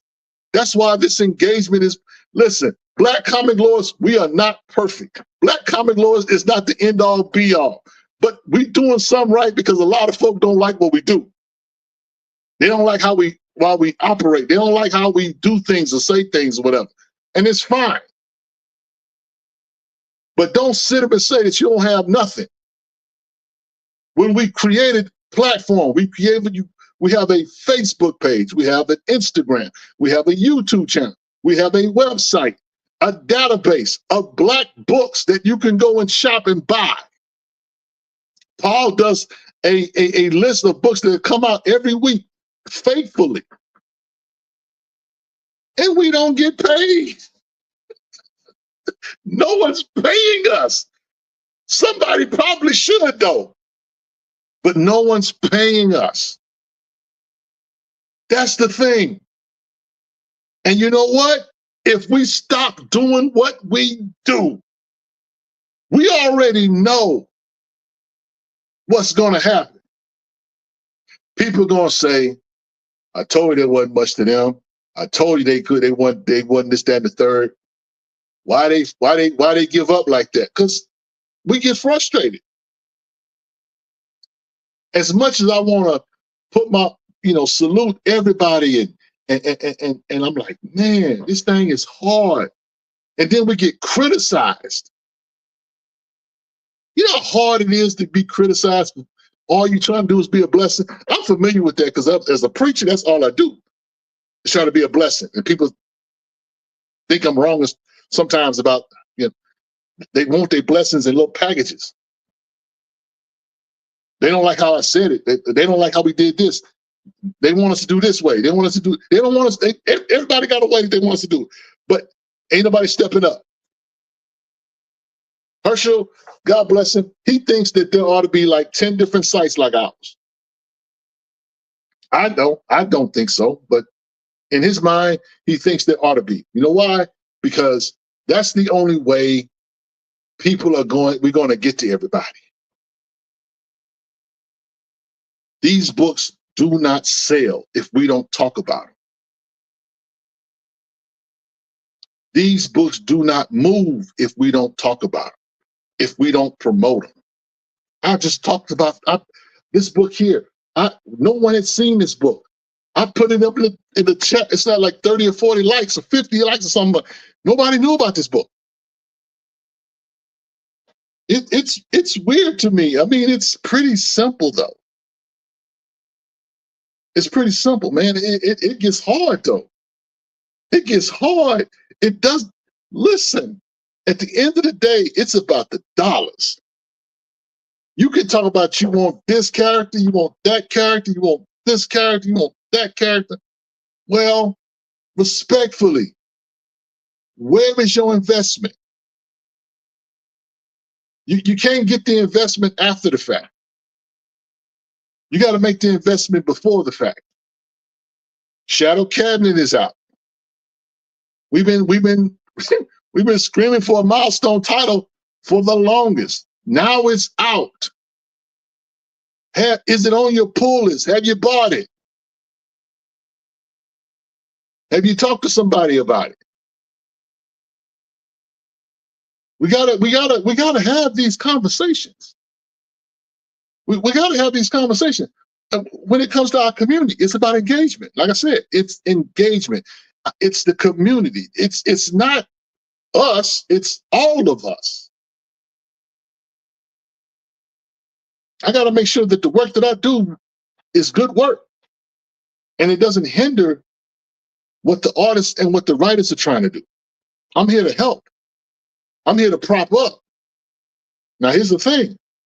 As I prop you up, make sure you prop us up. Because some people think that they do this stuff on their own. And again, it's about engagement. It's about engagement. You know, we have to really be realistic about this stuff, because I'm telling you, at the end of the day, it's all about money. It's all about money. It is the dollar bill, y'all. We can want all of these characters or whatever. It's about the dollar bill. I mean, we talk all the time about Blue Marvel. There's not a week we go by when we don't talk about Blue Marvel. Blue Marvel ought to be in this book. Blue Marvel ought to be in that book or whatever. Do you buy Blue Marvel? Do you buy books that Blue Marvel are in? Do you buy books, you know? And again, everybody has their character. Let me pick on T'Challa. A lot of Black Panther fans, they buy their Black Panther books and they don't buy anything else. And I can't hate on that. It is what it is. But don't get mad at us because we refuse to talk about T'Challa all the time. Or don't get mad at us if I'm asking you guys to spend some money elsewhere. You know, we got like 4 characters that everybody cares about. Black Panther, Storm, every now and then Static. and when we bored, maybe Miles. But there's only a handful of characters that people really care about. Somebody asked in a Facebook group, you know, how many characters does Marvel have? Black characters Marvel has well over 300. But we only care about like 4. You know how crazy that is? To have over 300 characters, but no, most people, most Black folk only care about like 3 or 4 out the whole bunch. We had a guy called some of these characters bums. That's the mentality that's out here in these streets, y'all. But I mean, hey, it is what it is. He said no one cares about Sam Wilson. You know what? I saw a podcast the other day, and I left a nice message on that podcast note. And I just said respectfully, you don't take an original character like Falcon and make him a legacy character and think that's a promotion. That's crazy to me. That's what they did with Sam Wilson. Respectfully, I'm talking about the mantle of Captain America, an original character. And of course, everybody says, well, Steve Rogers trusted him with the shield. That makes it all right.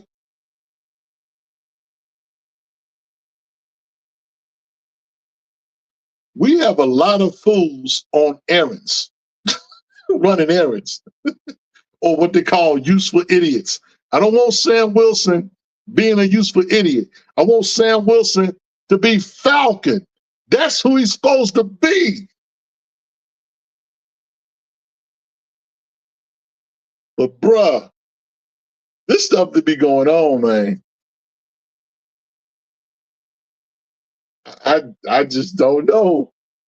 I just don't know. I have to listen. Here's the thing. There are days when I seriously consider walking away from the family.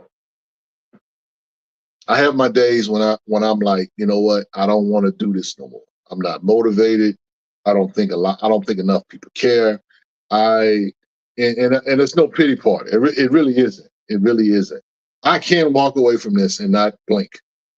The truth be told, my life is full enough to where I'll still go buy my comic books. I'll still, go to the shop. That's in me. I've been reading comic books since I was a child. That's not going away. But like really propping up the fandom, really trying to do this, and I'm like, man, it gets heavy.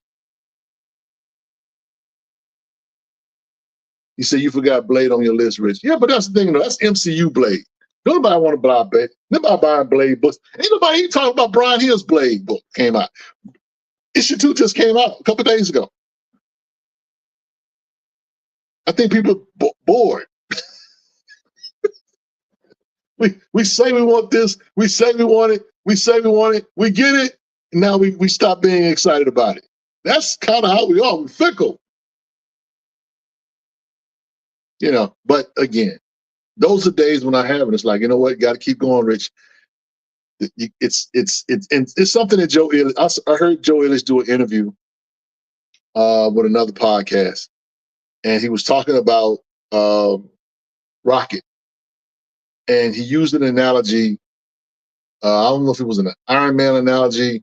I think it was, but he said that there are some days when it's just a mission, and I really believe that when Black Comic Lords ultimately, when I'm feeling frustrated, or when I'm feeling like we're not getting it, or when I'm feeling like we're just, bumping our heads, going nowhere fast, I have to remember that it's about the mission. And so I just want us to just recognize that if we do not spend our money, then these books that we say that we want, these stories that we say that we want to read, this dope art that we say we want to buy, we won't ever see it, or we'll see it in passing. A majority of my collecting is back issues, finding books from yesteryear. And the books that's coming out today, that's going into dollar bins and quarter bins or whatever, somebody's going to find in 5 years or whatever, 10 years from now. I just know that we have to do better. We gotta make some serious inroads and strides to make our community significant. So people can't just tell us something like MD Bright. It's not Jake, it's not Cassidy. And I wasn't mad. I was disappointed when old boy said that, but You know, part of that's on us. We have to own our responsibilities to the community. I know why a lot of black guys collect white books, because they don't want the responsibility that goes with it, the consciousness that goes with it, the self-awareness that goes with it, the you know. And I mean, I'm for buying whatever you like to read and that kind of thing. But if you're going to engage black comic book characters, black comic book artists, black comic book readers, you got to know what you're talking about, and you got to be invested in it. You got to be invested. What's on your pull list? What that long box look like? Don't tell me that you did that, and the third, or whatever, and you ain't bought one book. You ain't been to the shop in 6 months. You don't do this. You don't. You got a lot of words that you can say, but you ain't got no money or no passion or no investment to back that up. We need people that's willing to make the investment. Because a company as dope as Milestone,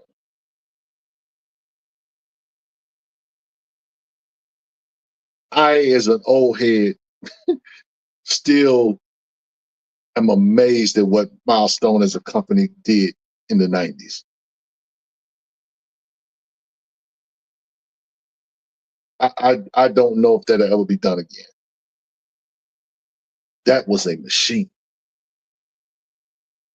And the crazy part is, too many of us were too immature in our collecting and our thinking to recognize how dope that was for those 4 or 5 years that they really was killing it.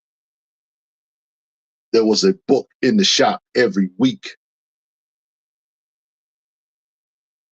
They gave you a reason to go into a comic book shop every week. Now, that was the only thing that you didn't buy, but they literally made it a way for black collectors like ourselves to go into the shop and have something to engage people with.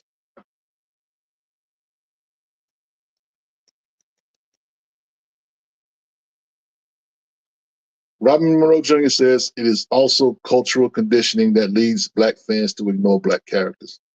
I worked at an LCS when Milestone came out and couldn't get some black customers to buy the books. Yeah. Didn't know what we had. A lot of them didn't know what they had. Crazy to me. And to hear some of these guys today talk about it back then or whatever, they thought it was ghetto. They thought it was this, that, and the third. It's like, wow. And the crazy thing is, you have not, people still catching up to Milestone. People still catching up. You realize that Milestone kind of died, kind of went into a dormant grave, came back. People still trying to catch up with what they did in the 90s. It is what it is, guys. All I'm saying is, if you say you love these characters, you say you love our stories, don't go to the shop just looking for our stories. Go to the shop, pick out some books that you know that are out, and tell your LCS guy, I want this on my pull list. Now, to be fair, most shops want you to at least get 3 to 5 titles to have a pull list, a subscription. I get that. It is what it is. So you may not be interested in reading but 1 or 2 books. Find some new stuff to read. Either way, get enough books on your pull list to where those books come to you consistently. And you don't have to go to the shop and fight with it. Because I'm going to tell you something. When a book sells out, that's an amazing thing, but it's not a flex. Because that shop didn't order enough. Okay? That's the other thing. And like I said, these shops are not going to eat the cost. When Akugan, Brutalizer God, was on the shelf, right? I put that on my pull list. That guy at the LCS did not order but like 1 copy outside of the one that was on my pull list. He just bought 1 copy to sell and one for me to buy, because he didn't have enough interest to buy more than just one copy. And a lot of LCSs are like that. They're not going to buy our books just because you like the book. They're going to buy the book when you order the book. That's how this works. So please, please, please, get you a pull list. Engage this community. You got questions? If we don't have the answer, we can find out. But we got to have engagement. That's the only way we can make our writers, our publishers, our artists successful. It's the only way. Everybody's not going to appreciate Sanford Green's art. It is what it is. We see the genius in it, but others don't. And Sanford Green was, did the art on one of the biggest books of the year, the Doom One Shot. It's crazy. Crazy. But that's what it is, y'all. So look, we're going to transition to chat talk. That's all I want to say about that, you know what I'm saying? And I would just tell you that if I said something that offended you, my apologies. I don't think I did, but if I did, charge it to my head and not my heart. Just recognize that we see a need for us to have more engagement and to drive this thing, this bus really. We got to push. We're in a place where we need to push. We need to push this. We need to push this community past February. We get all of these Black History Month books to come out in February, and February is banging. I need January to be banging. I need July to be banging. I need March to be banging. I don't just need February to be banging.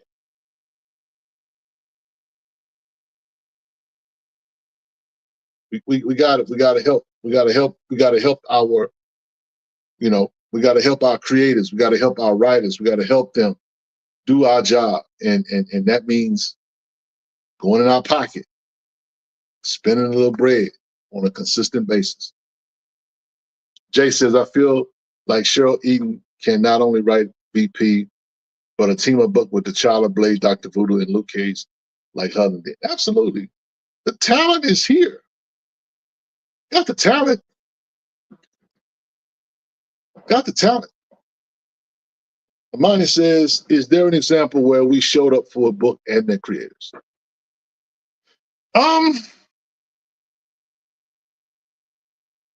I want to say we did that I think we did that for John Jennings' Ghostlight. Right off the top of my head, as I think about it. I think we did that with a lot of books. I just think that we need to do more, Amani. All we can really do for us is podcasters and is engage the community to buy the books, to that's all we really can do. We can't really do much else outside of that. But I want Joe Illich to be confident in his community. I want artists to be confident. I want Marcus Williams and Greg Berner to be confident in this community. I don't necessarily know that they have the confidence that they should have. And the only way we can do that is engage the community. And if they got something going on, we support that. We got to find ways to support with our dollars. We can't just do it with our mouths. I like this guy. I like this guy. I like this guy. But if I don't buy no books, I don't increase demand. Bison for Life says, Rich, thank you. Paul and Herschel, for what you do. Absolutely. Appreciate it. Thank you. You're most welcome, sir. So anyway, I want to transition to chat talk, whatever it is you want to talk about. We'll be here for a few more minutes to talk about whatever. My favorite read of the week was probably this, Black Defender. But I did enjoy Black Panther, Ultimate Black Panther issue 10. That was cool. I enjoyed the Blade book by Brian Edward Hill. That was cool. What else? Anansi Boys is starting to starting to. I'm hoping they bring it starting to fade a little bit. I don't want to say it's fading, but this last issue felt filler. So Nigel G says, "You spoke the truth, Rich, and we need to hear it. Appreciate it. Appreciate it. We gotta, there's a cost to our representation. It costs. There's no getting around that. It costs. If I want Joe Ellis to write another story behind the 6 issues of the whatever he's writing at this point, we gotta show through sales that we want this to keep going. That's the only way it happens."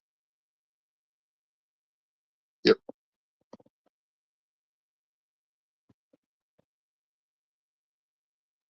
Moan says, "I'm hearing a rumor that they are recasting T'Challa. Does anyone know if there's truth to this?" I don't know. C. Cole is answering the mind says, "You can't do too much as we are all hostage by whatever stores we have. If you got a store that would never order a black book, it's either find the store or try online." I think though you have to, and part of the engagement is you have to engage your shop, whoever's the shop guy or who you talk to at the shop. You have to engage them, meaning that you have to say, "Hey, I'm looking for this book, and I want to put it on my pull list." And it's like, okay, the key word is pull list. You can't go to a shop and say, "I'm interested in this book." You got to tell the shop guy, "I want to buy this book." When you say, "I want this on my pull list," you're telling him, "I want to buy this book from you." Now that LCS person has to do one or two things with that. That guy has to say, "You know what? Do I want his money or do I not want his money? If I want his money, I'll go ahead and order it." It's that simple. It's now here's the thing. Certain shops will not order certain things, especially if they're independent titles. It is what it is. But to your point, C. Cole, Midtown Comics, there's a few other places online that you can get a pull list going and order your books that way. But it's about creating a pull list and ordering by the final cutoff date, because you don't have all the time in the world to order these books. These books have to be ordered by a certain date to guarantee that you get that book at the time that's available. I can't tell you how many times I did not pre-order something, right? And then I found out the book was good. I was like, okay, well, let me pre-order it. They can't get you the first issue. They can start you at issue 2 or wherever the issue is at. But getting the back issues, you're on your own. So that's why you need to have some engagement in the community and engage interest in certain things or whatever, so that it's like, hey, we all like this particular character. There's a guy doing this book. He's doing that. Let's order the book. That's engagement. So again, it's a contact sport. It's not, I'm gonna just go and look at the wall, because 90% of let me just say this. 90% of the wall, and I'm just throwing that number, that just general number. 90% of the books that you see on the wall don't sell. Most of the books that you see on the wall do not sell. They don't. you be seeing those books, they be up there 3-4 months, just hanging out, because most of the people are buying only a number of titles. That's why Batman, it's got 3-4 Batman books going at the same time, because people know that people are going to buy it. Minus is not going to lie, in an era where I can watch a movie with a click of a button, the drudgery of comic book purchasing is the worst. It is, in a way. But see, that's where it boils down to, your consumption of the art. Comic book readers are readers. A lot of us grew up reading comic books because our parents introduced it to us to grow our vocabulary, or to just to engage our minds. That's what comic books did. And so today, it's a little different. We have 11 million different channels, this, that, and the third, whatever. A lot of people don't care about reading. A lot of people want to watch something on streaming or whatever. But if you're somebody who loves to read, like I do, and I understand that everybody's not like that. So I want to engage the medium through this. Now, people are going the way of digital as well. I'm not a digital guy. I will read comic books digitally, but I'd rather have a book in my hand, flipping through pages, looking at the art, versus picking up a tablet. But that's me. Everybody's not me, so yeah. Q's2 says, has anyone read the Predator versus Black Panther book? Yes. Yes. It was pretty good. It's pretty good.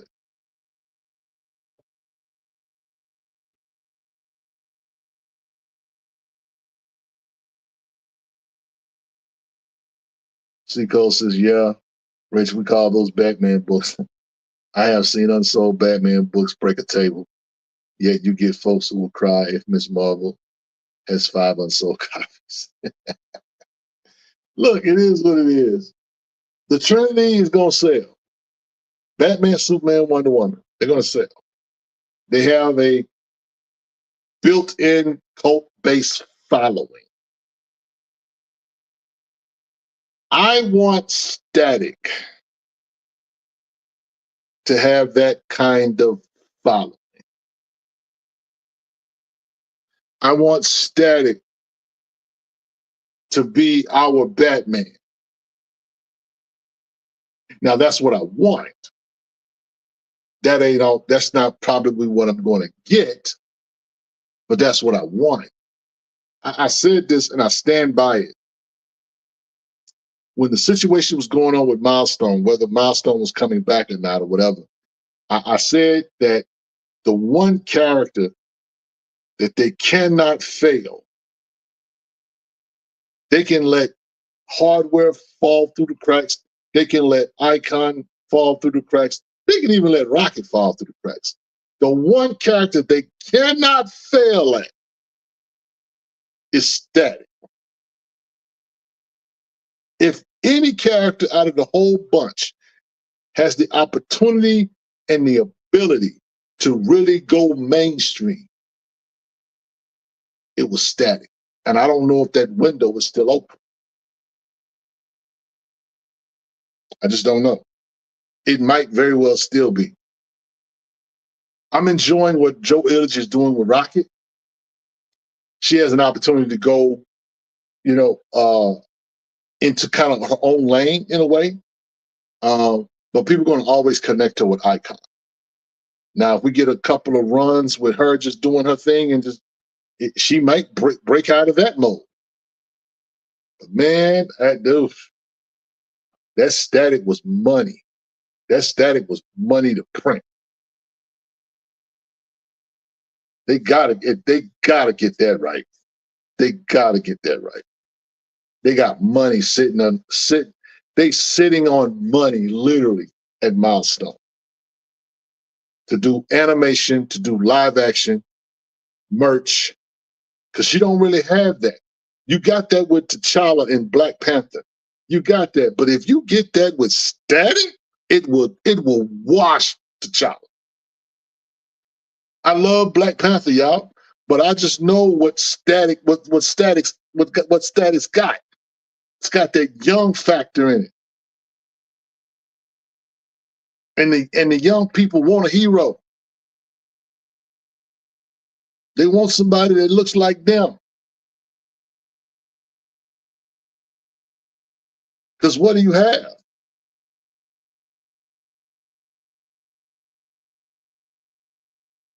What do you have? Static's the guy. That's the guy. And I used to joke with my man Amir about Static, and about Miles Morales or whatever.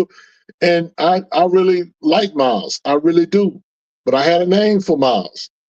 And I just said, look, Static's the prototype. All Michael Brian Bendis did was take what was on the shelf and blew it up. Bendis wasn't no genius. It didn't take no genius to create Miles Morales. No.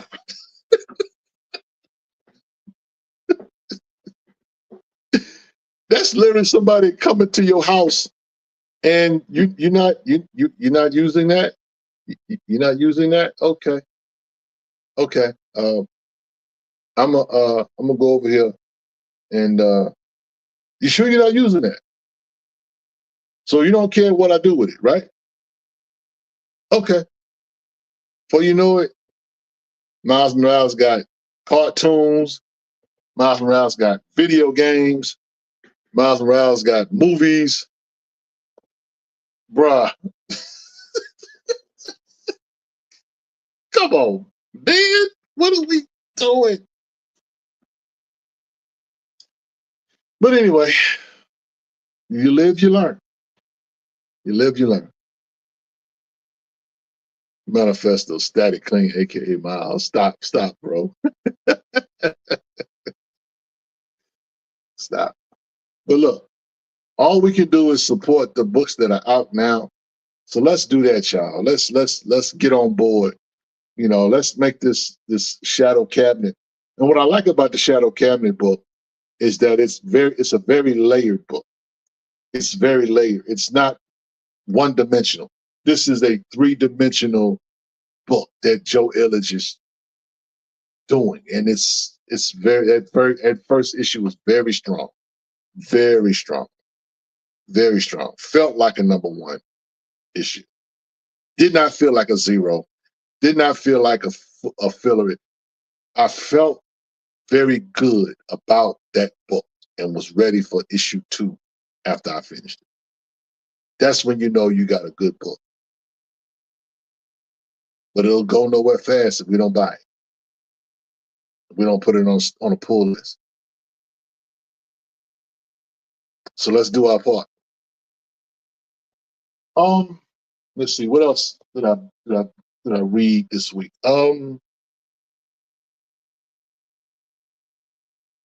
I caught up with Power Fantasy.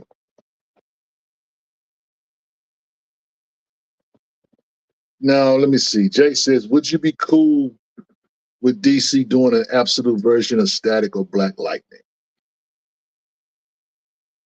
No. No. And the reason why is because I want them to make the investment in the Black Lightning and the Static that they have. Before you give me an alternative version of those characters, I need to see you do something deep with the ones that you have. Because the thing about Absolute Superman and Absolute Batman and Absolute Wonder Woman is that you've got a rich story lore in those characters. Those characters are not going anywhere. Those characters are established. And Black Lightning just got back. Shout out to my man Brandon Thomas. He's killing it on that book. And Static, who is just had season 2 about half a year ago. Shadows of Dakota was a great issue, or a great season, I should say. I want them to spend more time with that, because again, they haven't done enough with what they have. They haven't done enough with Black Light. They have an opportunity to do that this go around, and I think Brandon Thomas is going to surprise a lot of people. A lot of people picked up the Black Lightning book, and I think it was a welcome addition to what people had already been reading. People are excited about the absolute Batman, the absolute Superman, absolute Wonder Woman, because people want a different take on these characters that have already been established. I think that it would be almost unfair in a way if they did that with Static or with Black Light. If they did it, I'll be okay with it. I'll buy it. But I think they need to do right by what they got going on with them now, respectfully.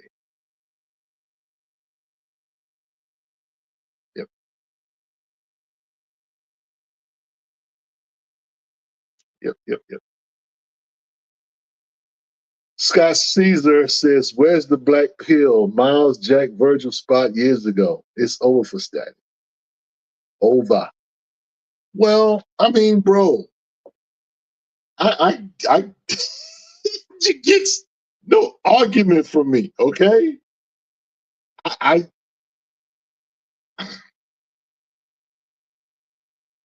maybe I should phrase it that in a perfect world, Scott, this is what should happen. But you're right. Like I said, I don't know if that window is still open. I think it could be, but it would really take Milestone and DC to make a real investment. And I don't know if they want to do that, because again, it's all about sales. At the end of the day, it's all about sales. Jay says, "We need your help convincing Rodney Barnes to put Philadelphia 36 on a cover on the shirt." Say, man, I don't know. I mean, Rodney, I could probably direct message him and ask. That's about all I can do. Say please.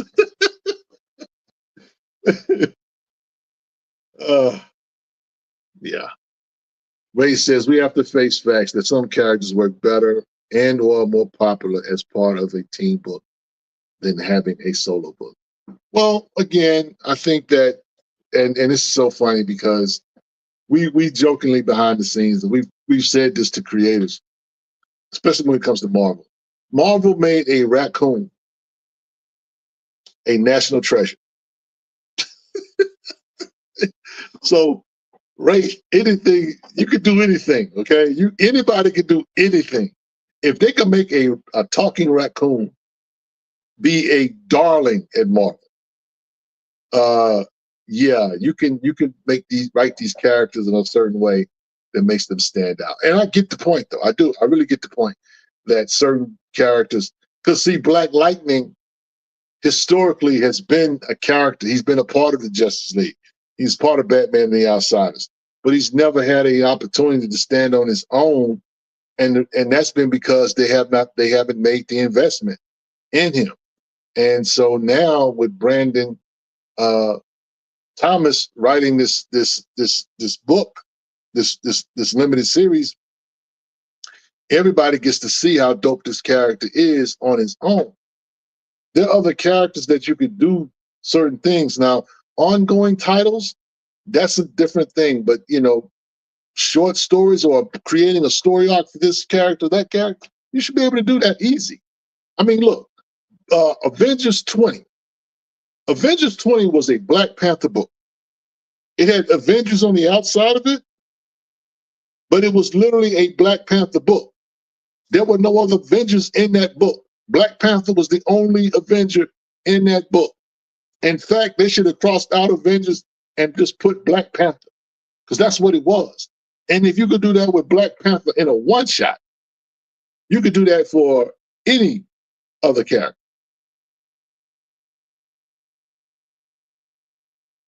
So Anansi the Spider says, not to mention Marvel knows how to make stories with a talking tree that only says Groot. Yep, I am Groot. You can go to Disney Plus right now. They got little shorts, little animated shorts with Groot. You know what I'm saying? Very, very, kids friendly and that kind of thing. But that's all the dude said. I am Groot. But I mean, again, it's all about skills and it's all about intention. And I don't necessarily know that these companies always have the best interests. Mickey Mouse is Mickey Mouse for a reason. At the end of the day, it's all about the dollar bill. It's all about the dollar bill. So look, guys, let me get out of here, man. Want to thank you guys for coming, hanging out with us. Please go back and check out some of the interviews that we just did recently with Joe Illidge, Rodney Barnes, #Stormwatch. We're going to be doing interviews in the future. We got one coming up, I think, in a week or so. We'll be hanging out with Stranger Comics on December the 7th. But go catch the replay on some of our interviews, man. You will learn a whole lot, and you will understand what I was saying tonight about the importance of using our dollars. So yeah. So with that said, guys, I'm gonna go ahead and give you guys the benediction. The benediction is from Ecclesiastes, the 10th chapter, verse number 19. It says, "A feast is prepared for laughter, and wine makes life happy, doesn't it? And money is the answer for everything, especially comic books." I just added that last part. But again, a feast is prepared for laughter, and wine makes life happy, and money is the answer for everything. From the stronghold that is Black Comic Lords and Black Superheroes Forever, it's your boy Rich. Until next time, we say peace. We see you when we see you. Good night, y'all. We out.